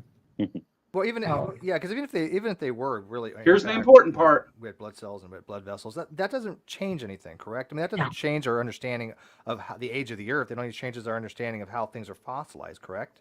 Yes, exactly. And the cool thing of it is, if we quit wasting time on how old these things are and start getting at why are they there, it has huge implications that go far beyond dinosaurs. So I was recently in a Young Earth seminar where your research was used to support claims. She says exactly. It doesn't change anything about the age of the Earth or any of that. It changes our understanding of how the fossils are formed. It doesn't change anything about the age of the Earth, but it does change something about the age of the dinosaur. That's what she just said. She just said, quit arguing about the age of this thing. Age of the Earth. Why they're there. Age of the Earth, she said. Age of the Earth. And she said the age of the thing. I'm not disputing any age of the Earth. Now. So here's the thing. If you want to, and all right, let me just look. Let me just make it. I'm going to make a statement real quick here. I'll add this, but hold on a second before we get into it. 1 second. Does it? Okay. Hold on a second and I'll put it back up. Here's the problem.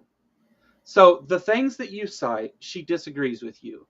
And also on top of that, the science that you use to do this, talking about half-lives of collagen and all that stuff, the science that you use to do it is the very same type of science that they use to age that dinosaur to 80 million years. Radiometric dating. If you're going to sit and make an argument about half-lives and this is how this works, and you're accepting the science, but you're not accepting the science that tells the age of that dinosaur, and you're not accepting what the scientists told you about that stuff, that it's not important to the age of anything, has nothing to do with that. It's important to the way that the fossils are formed. What's the half-life of strontium? I don't know off the top of my head. I have to look. I've got a chart for it, but what's your chart say? Hold on, I'll pull it up.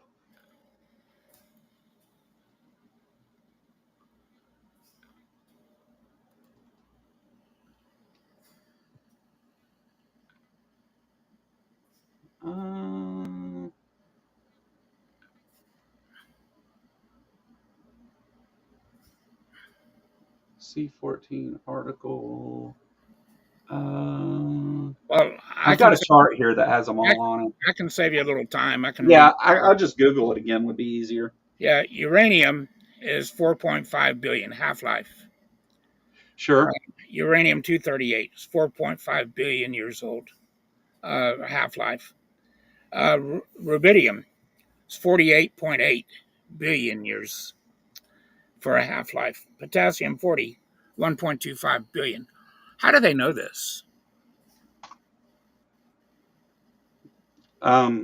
Because of the decay rates of those things. How do they know that decay rate is staying the same for 48.8 billion years? Ember sent in a $2 super chat. Your niceness, Joe, but sometimes you're too nice. Thank you for the $2 super chat, Ember. I appreciate it. So whenever it comes to I just read an article about this. Hold on. And I've already got the site open, so just a second. See, I'm going to show you the difference between you're dating the old Earth and us dating collagen.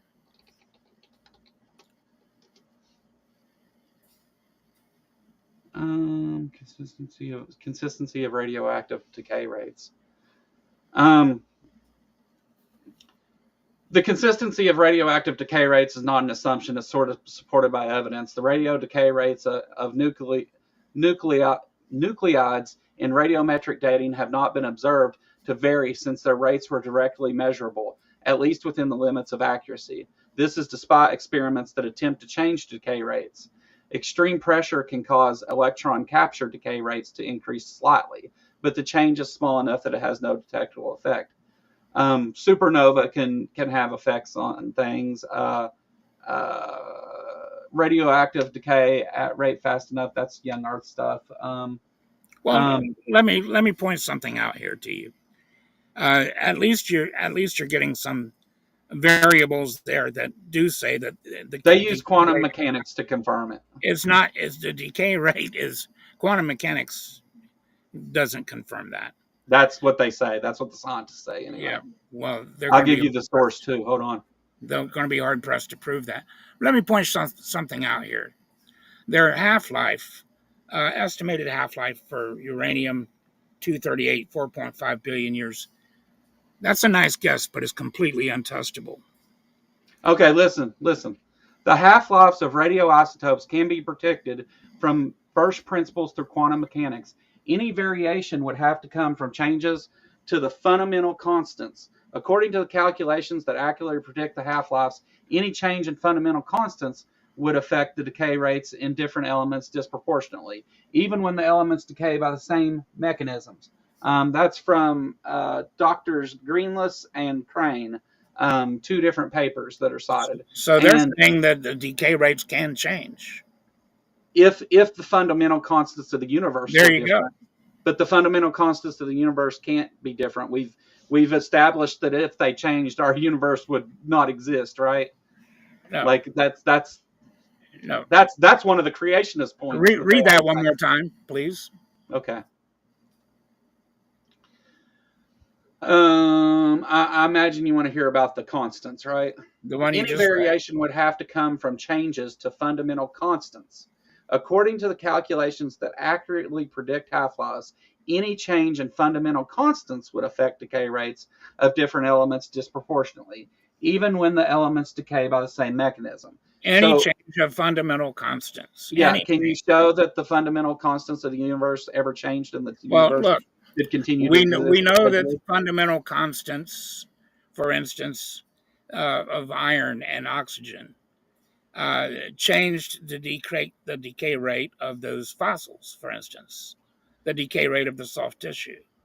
Sydney Raptor for $2 says collagen half-life refers to the turnover while alive, that it's used in living organisms. Collagen has a half-life, period. For living organisms. DNA, and not just for living organisms.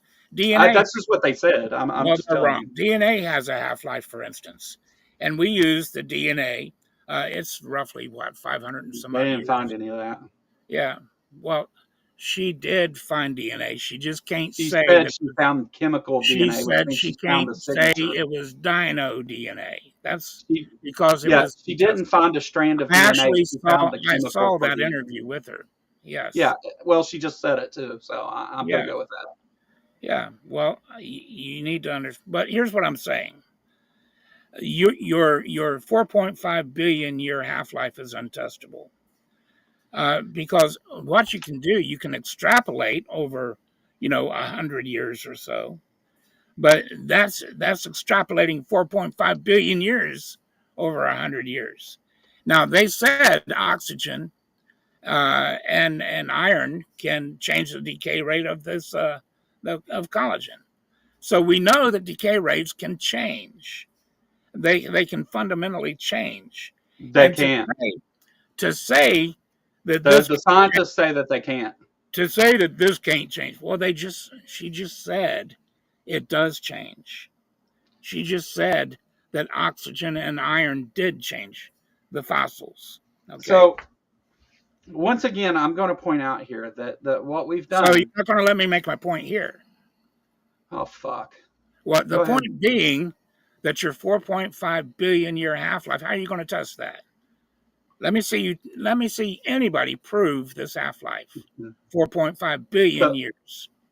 So I can get the calculations if that's what you want to see. I want to see how it's proven that it's stable over all that time. So they just explained that they just explained in that why I was reading that particular thing to you was explaining that because of the constants within quantum mechanics in our universe, you can calculate these decay rates. Now, I can go look up the calculations if that's what you want me to do. But I'm trusting that the scientists that said that are telling the truth. Now, should I trust that? Every single bit of this, I will challenge you. Every single bit of that is theoretical. None of it is on actual testing, proving that it has a 4.5 billion year half-life. To my understanding, this is well understood, and they are constant. Well, your understanding is wrong. Yeah, well, I know you've said that about everything. Yeah, I've looked at it. I know it's wrong, and you can't prove it's right. That's on you to prove that it's right. Oh, is it? It's on me to prove that mainstream science is right, not on you to. It's on you to prove this. You're the one making extraordinary claims. If you're the one, the 4.5 billion year half-life is an extraordinary claim. I want to see the proof. I want to see. No, it's not. It's the calculated claim based on evidence. I just read that sentence. On what evidence? Why is it that you want to try and incorporate science and then turn around and say science is wrong? I'm waiting on you to pull it up. Let's see it. What do you want to see? I want to see the proof that it's been tested and we know. You want to see the math on how they calculate decay rates? No, I want to see the proof. That is the proof. That's what a proof is. That it remained unchanging all that time. What's the proof? The proof is the math. Do you not get that? That's what I just said to you, and you doubted it. You're telling me the math is wrong.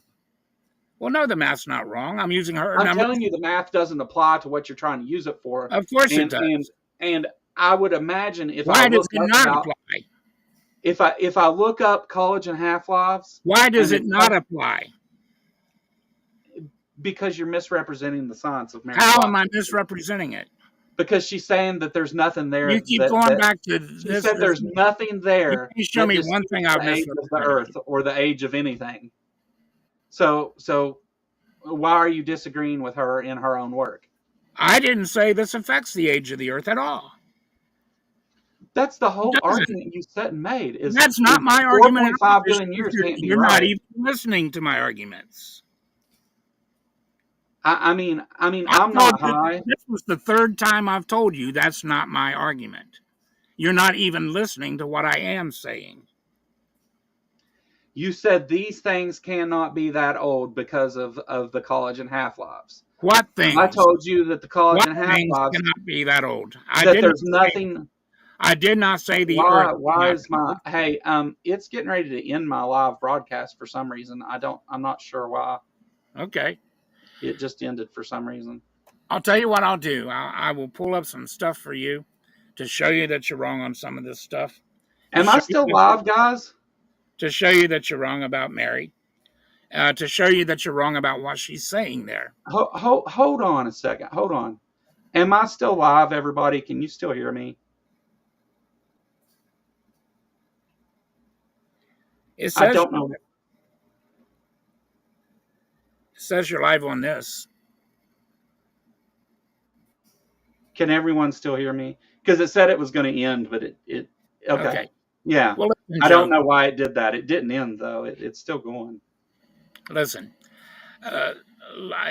let's do something. Let's agree to something here, and not turn away as adversaries. Okay, because I don't want to do that. I would actually like a chance to come back and address some of these things, your arguments now. I mean, you haven't said anything that I wouldn't let you come back, Eric. I'm not. I get heated about these things, but I'm not angry with you. Same here, brother. I'm not angry with you, but I don't want to get adversarial.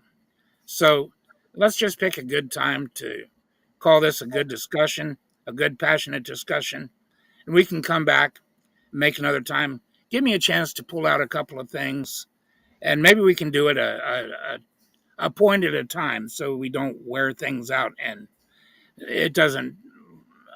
Sure. Pure gish gallop. Well, before we go, I still want to address, because I've never actually got to address the real problem here, because this whole thing of saying, well, the science, I don't agree with the science, or the science says this and it's not supported or whatever. Even if all of that science is wrong, you still have all your work to do in front of you, because all you've told me is these mythological things that are not supported make me believe that my book is true about this thing that's not supported. And that actually isn't why I believe it at all. I believe it because I tested it and tried it. You mentioned some personal experiences, right? The point that I'm trying to make is that apologetics seems to be in this state to where it wants to set and poke holes in science, when that does absolutely nothing for the claim that a God exists, or which God that is, or why you should worship that God. It tells you none of those things. When I try to go into that, you said you didn't want to hear it. Right, because I was trying to talk about something else you had already said. Okay. You mentioned a bunch of stuff about pyramids, and when I started to talk about pyramids, then you started to talk about that. So yes, I said I didn't give a fuck and didn't want to talk about it, because I was trying to address the other thing you said. Okay, well, let me share a little something with you. No, hold on. I'm talking right now. So you have gish galloped through this entire thing over and over and over, which is cool. I'm not mad at you. I let you do it. I could have muted you at any moment. I didn't. The problem is, though, is that none of this fucking matters, because you not agreeing with what Mary Schweitzer said her work is, and that she says that creationists have misrepresented her for years. She's been yelling about this for years. And the only reason she hasn't sued anybody over it is because she is a believer, actually, and she doesn't want to do that. But her science has been misrepresented for years, and she's been very vocal about that. Yes, well, I'm misrepresenting it. Okay, fine. For a fact, Okay, hold on. But that's why I say that you're misrepresenting her science. Well, I'm not. Even if we had to talk about astrophysics, but you said we don't understand the universe, therefore I should believe in this book. And that doesn't make any sense. That's not a good way to make sense. That's not what I said either. Well, no, you said this book gives an explanation, and I believe that's true. And that's the difference between science and religion. You believe that's true, and that's cool. I have no problem with that. But when you say science is on your side, which is what you emailed me originally, that's what I'm arguing about right now, because it is not in any way whatsoever. Sometime I'll probably have the chance next time to show you some of this stuff. What I'm trying to say is this. You know, when I jumped in here, I really thought that I would be able to lay things out logically for you, and that I would have the time to lay it out fully for you, and then discuss things after you've heard the matter. But you see, I didn't get a chance to do any of that. Oh my gosh! So you picked apart every little thing that I said leading up to a point. Yes, when you said things that were either unsupported or they're not unsupported. You just brought up things that had nothing to do with anything. Yes, I stopped to explain because there's an audience watching this show.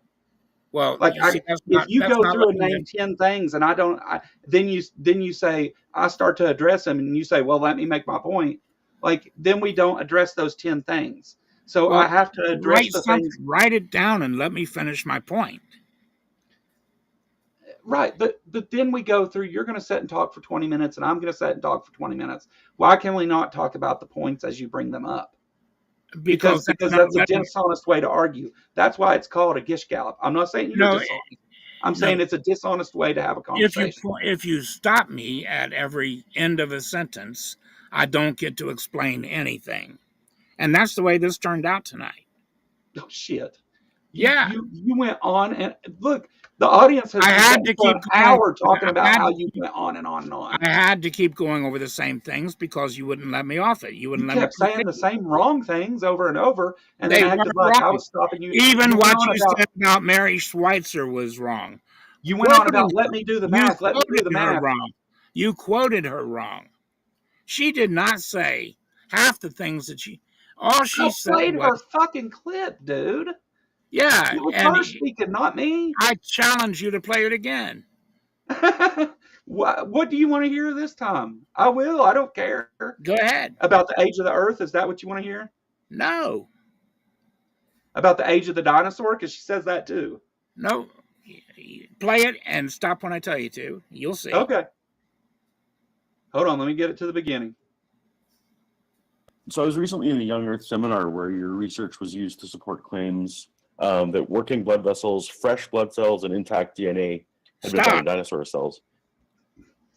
Replay that part one more time. Sure. So I was recently in a Young Earth seminar where your research was used to support claims that working blood vessels, fresh blood cells, and intact DNA had been found in dinosaur cells or dinosaur fossils. Stop. I never said that they found any of that stuff. Working blood vessels, working blood cells, intact DNA. I never said. Did you not say that they found soft tissue veins? You said to me forever, did they not find veins? Now, I want you to play this.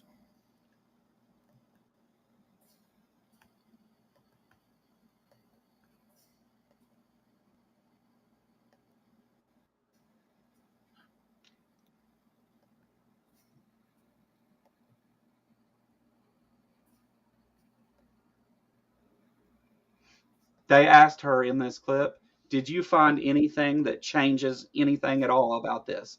And she said, no. Hold on. If you could. Now, we just said that no one ever claimed, at least I never claimed, that she found working DNA or that she found working blood vessels and blood, etc. I didn't say she found any of that. Now, you said she found intact veins, is what you said. Now, let's watch this. That were soft tissue. Let's watch this. Yeah. You got it up? Yeah, it's up. Play it. Okay. What happened next happened by mistake. Mary put some fragments of the bone in acid to dissolve away the outermost layer of mineral. But the acid worked too fast, and all the mineral dissolved away. Being a fossil, there should have been nothing left. But there was. And it was elastic, like living tissue. This is the piece. No. She showed us video she took under the microscope. That's really what happened? Yes. That's the dinosaur Yeah. Bone? Without mineral now. That's what was left.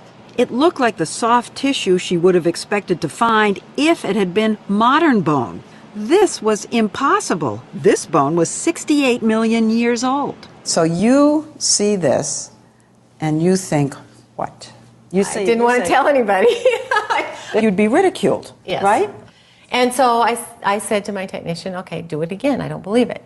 And yet, in sample after sample, they were there. Things that looked suspiciously like flexible, transparent blood vessels. There you go. Right there.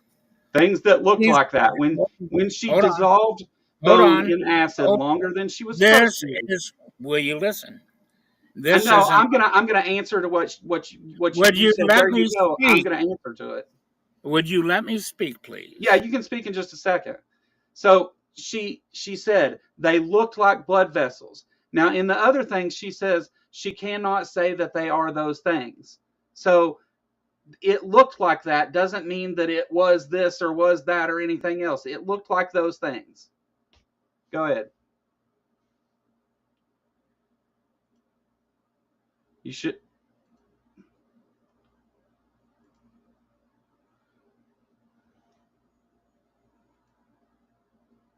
Why is it not? Oh boy. Can you not how did I do that it won't let me? Hold on a second, Eric.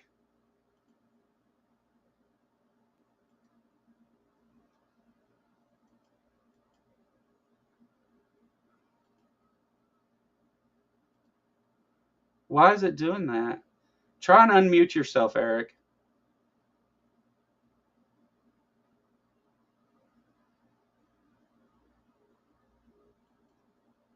All right, go ahead.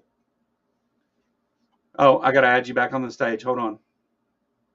Sorry about that. All right, go ahead. Okay. So, yeah, she said, first of all, she didn't say that they didn't find these things. They didn't find them working. She didn't find working DNA or anything that was. What she found was remnants of DNA. As a matter of fact, I saw her boss there. Doggone, what's his? Jack. Yeah, Jack Horner. Her boss, Jack Horner, gave a TED talk to where he was talking about he wishes that he could take that DNA and create his own dinosaurs, but there's not enough there for them to sequence. All they can say is that yes, we know that we've got its DNA, but there's not enough there to sequence. What Mary said was that at this point they hadn't had a chance to test all of this stuff yet, to see if it really was a red blood cell, or if it really was from a dinosaur. What she's saying is, it could have come from anywhere. Yes, this is stuff from DNA, but it could have come from anywhere. We can't say it's dinosaur DNA because it wasn't tested. So there you go. Well, it wasn't testable DNA is the problem. She found the chemical signature of DNA. She did not find intact DNA. That's what you're missing about this. She found things that resembled this, and she found signatures of things, which was really interesting stuff because those things are still contained within the fossils that formed. Yeah. At no point did she find anything though that contained actual DNA or red blood cells. They did find remnants of DNA, and they didn't find. Yes, they found the signature. They found remnants. They did find blood veins, and they did find. They did see that there were something red. They found no veins. Yes, they did. I just showed it to you. Okay, what I played for you before this, you're playing the original 60 Minutes episode from before. I'm playing a newer thing where she says, we did not find any blood vessels at all. She did not say that. It's the first thing he asks her in the video. No. Yes, listen. They're not working. It's the very first thing he says. Is that a fair characterization of your research? Back it up. I was recently in a Young Earth seminar where your research was used to support claims that working blood vessels, fresh blood cells, and intact DNA. Working blood vessels. working blood vessels. What? She didn't What do find you working blood like? vessels. Do you think like that means that it was still living and pumping blood? Like, what are you conflating that with? Because they were not working blood vessels. Right, it was dead. That it is was not dead. the same as saying. That is not the same as saying there were no blood vessels. She didn't find working blood vessels. What do you mean? What is the difference? She found fragments of blood vessels that weren't connected to one another. She found things that looked like blood vessels. Yes. Yes. She didn't find blood vessels. She found things that looked like blood vessels. But they think that they were blood vessels. Yes. But she soaked the stuff in acid longer than she was supposed to, and it dissolved, and that was what was left. And it looked like pieces of blood vessels and stuff. You go. Yes, but it was not that. It was not working blood vessels. Get it right. You're adding to it. So next time I see you, I'll be able to take care of this problem. The thing is, here's the reason that I'm bringing this up is because if that was true, if she found all this stuff, then we would have no problem running DNA sequences on all dinosaurs we find. We would, if that's true, right? Then we would find that in dinosaurs. We don't. What if we did find dinosaur DNA and they tested it and they found out that dinosaurs died out like 10,000 years ago? Then we would have scientific evidence that that's true. But as of right now, we come out with that? Huh? You actually think they would publicize that? Yes. I don't. There is not this big conspiracy to say that dinosaurs are. What good does that do? What is the end game of lying about the age of dinosaurs? Why? What's the end game about lying about Neanderthal and saying that we aren't the same species as Neanderthal and Denisovan? Yeah. Why do you think there's a conspiracy to lie about that? Well, I don't know, but there obviously is one. It couldn't be that you're just not understanding what they're saying. No, I understand that. I understand perfectly the definition of a species, and so do you. Yes, I do, and I admit openly, and so do they, that there's problems with the definition of species. There you go, but they don't. There are species that can breed with other species. I'll tell you what, you are a rare exception there, because most of them don't make that a testimony at all. But it's the exception does not define the norm, is what I'm saying, though. What's the exception? Just because there are some species that like, again, lager is the one that I'll use. There's a whole bunch of them, though. But lager is the one that I'll use. Just because there's an exception where there's two species that are close enough together that they can mate doesn't mean that we throw out the word species and don't use it. Like it's a fluid term. It has to be that way. As we understand more, there may be a time when we have to incorporate more into it. So now let me talk. How about if you do that with mammals then?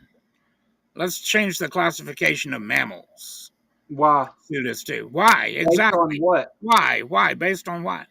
There's no need to, is there?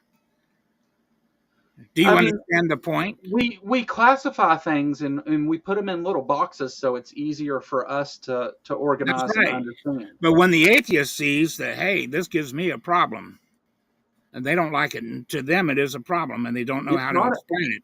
Look, even if evolution isn't true, it has not shit to do with atheism. Evolution can be false. Now prove a fucking God exists. You've yet to touch that.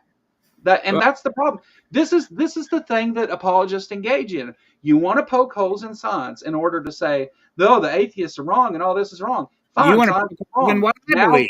Suggest any reason what are you at all. thinking about when you want to poke holes in what I believe? I don't. You asked to come talk to me. When you're trying to poke holes, I don't go looking for theists to talk to. I could give a shit less. I didn't see poke holes in what I believe. It's not helping your case. It's not helping you find an actual transitional fossil. As it is, you say they're all transitional, and you can't give me even one that is.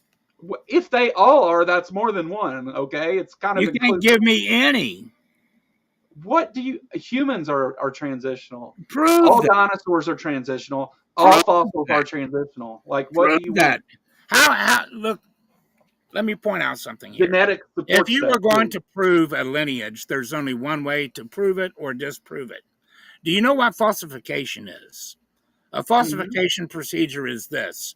Yeah. It has to be a test that's so stringent, it has the capacity of proving your theory wrong. Okay? Now, there's only one test that has the capacity to prove your hypothetical. Right, DNA. Right. Yeah, that's the only test Okay. you can run on those. That Stop will Stupidity became a member. Thank you, Stop the Stupidity. Okay, so here's the problem, though, right? I don't get to finish that thought either. You did.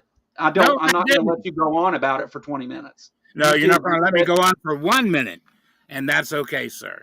Let me just say, have a good day, Joe. Look, wasn't.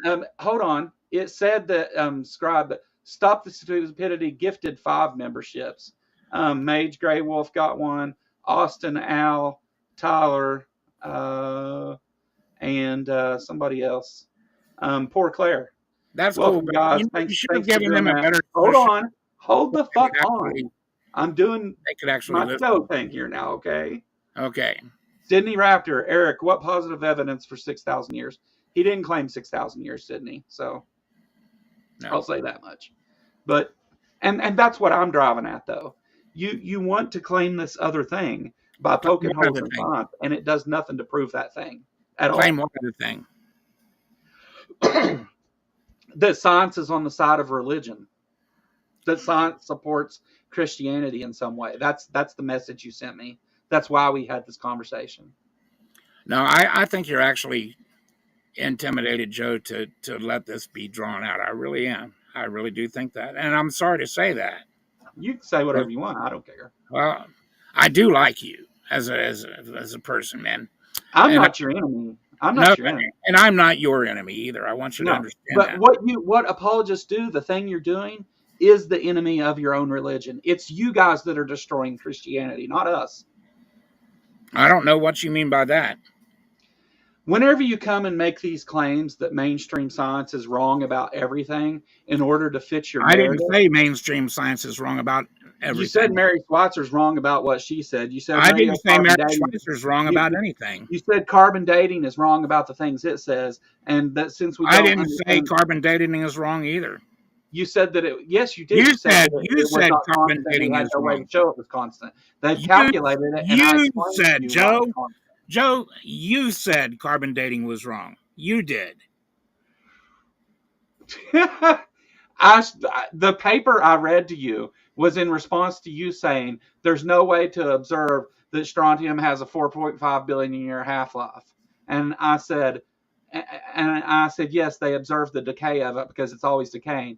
You then said, well, there's no way to show that that's been constant over that period of time. And I went and I pulled up how they calculate that for you, that they use the constants within. You didn't show me. You just gave me a bunch of words that didn't show us anything. Those words were science. No, they weren't. And I gave you I even gave you the reference. It was. They were a narrative. It was Dr. narrative that bypassed any. I gave a source to support that. You gave me no, it's not. Well, look. How old is the Earth? What positive evidence? You don't even remember our conversation now. How old is the Earth, and what evidence do you have that it's that old? Because you're claiming these things can't be that old, so there must be some reason for it, right? Where did I claim the Earth can't be that old? Why the argument about the dinosaurs? That's a lie. That's a lie. Why? Okay. You just lied about me. I never said the Earth cannot. I never said. Well, you're misrepresenting me. I never said the Earth can't be that old. Why all the stuff about the age of the dinosaur and saying that the dinosaur isn't 80 million years old like they told you? Why are you suggesting it's not if you're not trying to claim a younger Earth? What is the purpose in that? I don't claim a younger Earth. I claim you're wrong about the age of the dinosaurs dying out. Why would we be talking about that as science? We have 3 sets of scientific proofs that prove that the dinosaurs were recently extinct. Why would you bring that here to talk about science supporting your religion then? What does that have to do with it? And I explained that too. You see, because you need it to be if dinosaurs died out within the last 50,000 years, they lived with man. Well, the argument? No, then you obviously don't have any room for evolution. Okay, what is the problem with evolution? If you're not claiming a young Earth, you don't have the time for it if they died out in the last 50,000 years. So you're not claiming a young Earth, you're claiming a young creation. Yes. So okay, so finally we get to the claim. That's what the claim was all along. It's not well. final. You've never stated you that. You just need to start practicing listening. You've never said that once. You've bitched about the age. I certainly did say that. I said clearly, I don't believe in a young Earth. I just believe in a young age. We live in a young age of the Earth. Yeah, but okay. So creation. How long ago are you suggesting creation was? I have. I answered that too. I told you I think that it's possible the Earth is even older than you guys believe it. It's possible that the Earth is hundreds of millions of years old. So you're not a biblical literalist. You think that God created the Earth in the creation story in Genesis. God created the Earth and let it set for billions of years, and then a couple 100,000 years ago. That's not what I believe either. Well, I'm trying to figure it out. Yeah, well, we need to take one thing at a time. You confuse everything. You've said and you're trying to confuse it. You're trying to confuse it even more. I'm asking you why we went through this whole thing. Joe, let me speak for a minute. I tried to get off of here a half an hour ago. We can quit. Okay. Yeah. Now, what I want to do, I want to leave on peaceful terms, and I want to come back. Because when I come back, I want to prove that you're wrong about Mary. And I'm going to explain myself a little bit more clearly on what I actually believe. And then I also want to give everybody a little bit of why I really do believe in God. You see, I've known God. I was shown God when I was 2 years old. And I was, this is no kidding, I was diagnosed with leukemia. And I was healed. And when I was 6 years old, I gave my heart to the Lord. My grandfather was the best Christian example I ever knew. And I was called to his home at the age of 6 years old, and I saw him lying on his hospital bed, dying. He had been in a car. 5 people were killed. He was one of them that should have been killed, but he was sent home to die from the hospital in a coma. And when I walked in, I went outside crying like a little kid, like a baby. I was 6 years old. And I was praying, asking God, don't let my grandfather die. And he gave me another 33 years with my grandfather, the best Christian influence I ever had. Yeah. And when I was 20 years old, I was back and forth. When I was, by the time I was 20, I wasn't walking with the Lord at all. When I was 22 years old, I was fooling around with some friends upstairs in my apartment with my brother, my wife, his wife, and a friend and his wife. And the 6 of us were horsing around. My brother broke my hand. And he broke it in front of absolutely everybody there. That son of a bitch. And it was broken right between my knuckle and my wrist. That hurt, don't it? It did. I broke my right here, and I have a boxer's fracture too. Well, when we moved the bone around, it instantly swelled out, black, blue, yellow, green, 3 times the size it should have been. My hand was shaking. I couldn't stop it from shaking. Right on. And when he was saying, we're going to run you to the hospital, I said no. And I don't know why I said no, but I said no. But all of a sudden, I started doing something. And I don't know why I did it, but my hand, I started trying to open and shut my hand. Now, with a broken hand, you can't do that very well. No. But I kept trying. I rode a motorcycle. I used throttle on a motorcycle with broken wrist. I understand. Yes, sir. So, but I kept trying, and eventually I was able to close it fully and tightly. And when I did that, in front of everybody, that bone was no longer broken. It knit together. It popped back into place. Yeah, it was dislocated. No, it was not dislocated. It was broken right in the middle of the bone. Oh, you got an X-ray of it? No, we saw it. We Oh, moved it. We moved right. the bone. You can move the two pieces. All right. So, well, hold on. No, I want to get into. Look, hold let's on. get in. Hold no, on. Let's get. Let me finish. All right. At that point,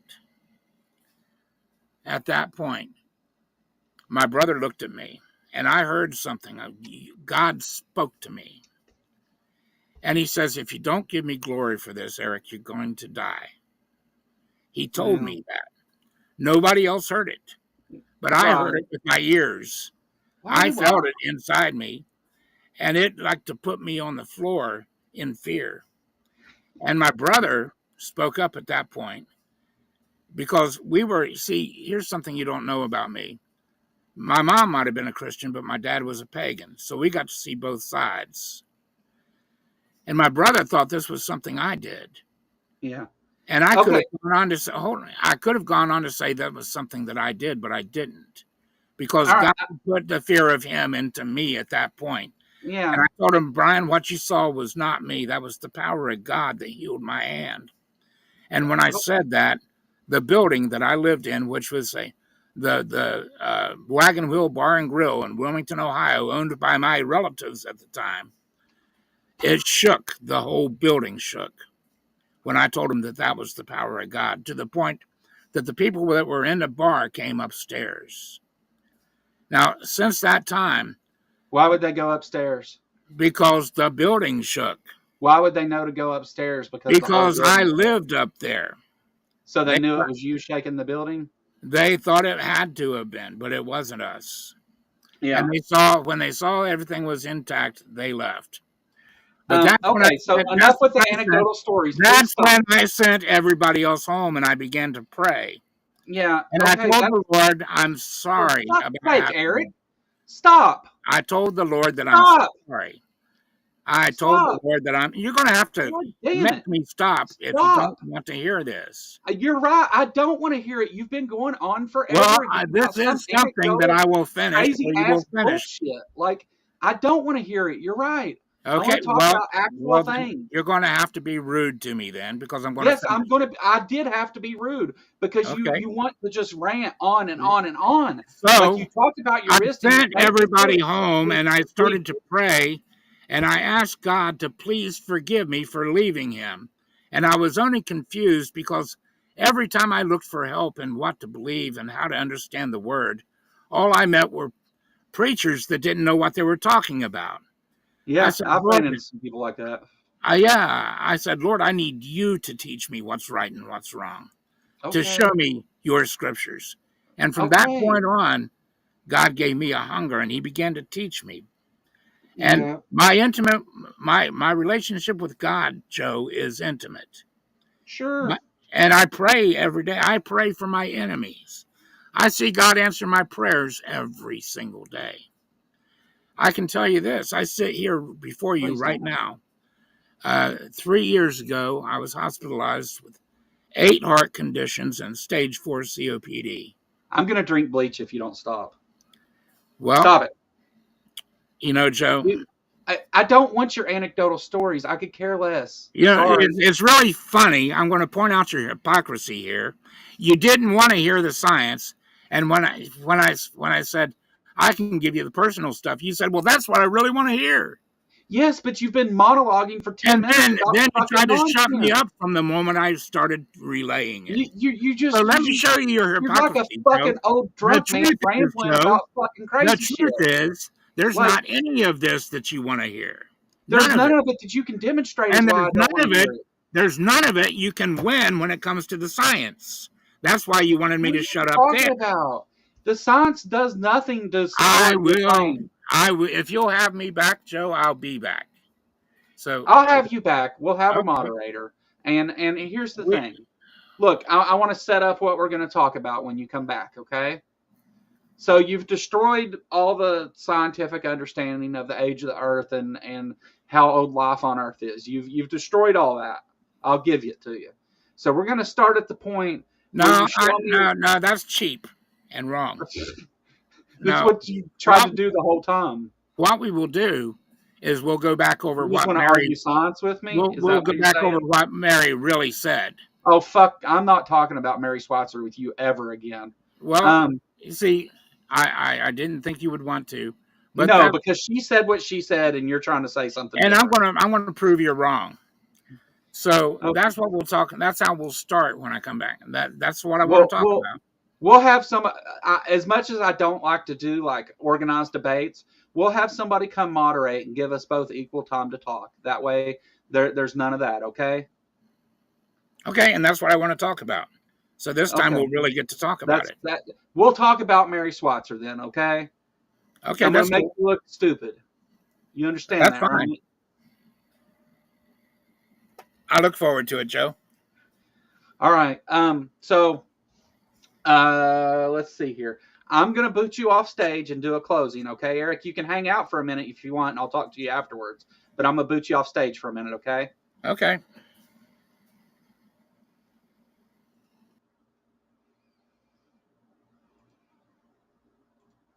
All right.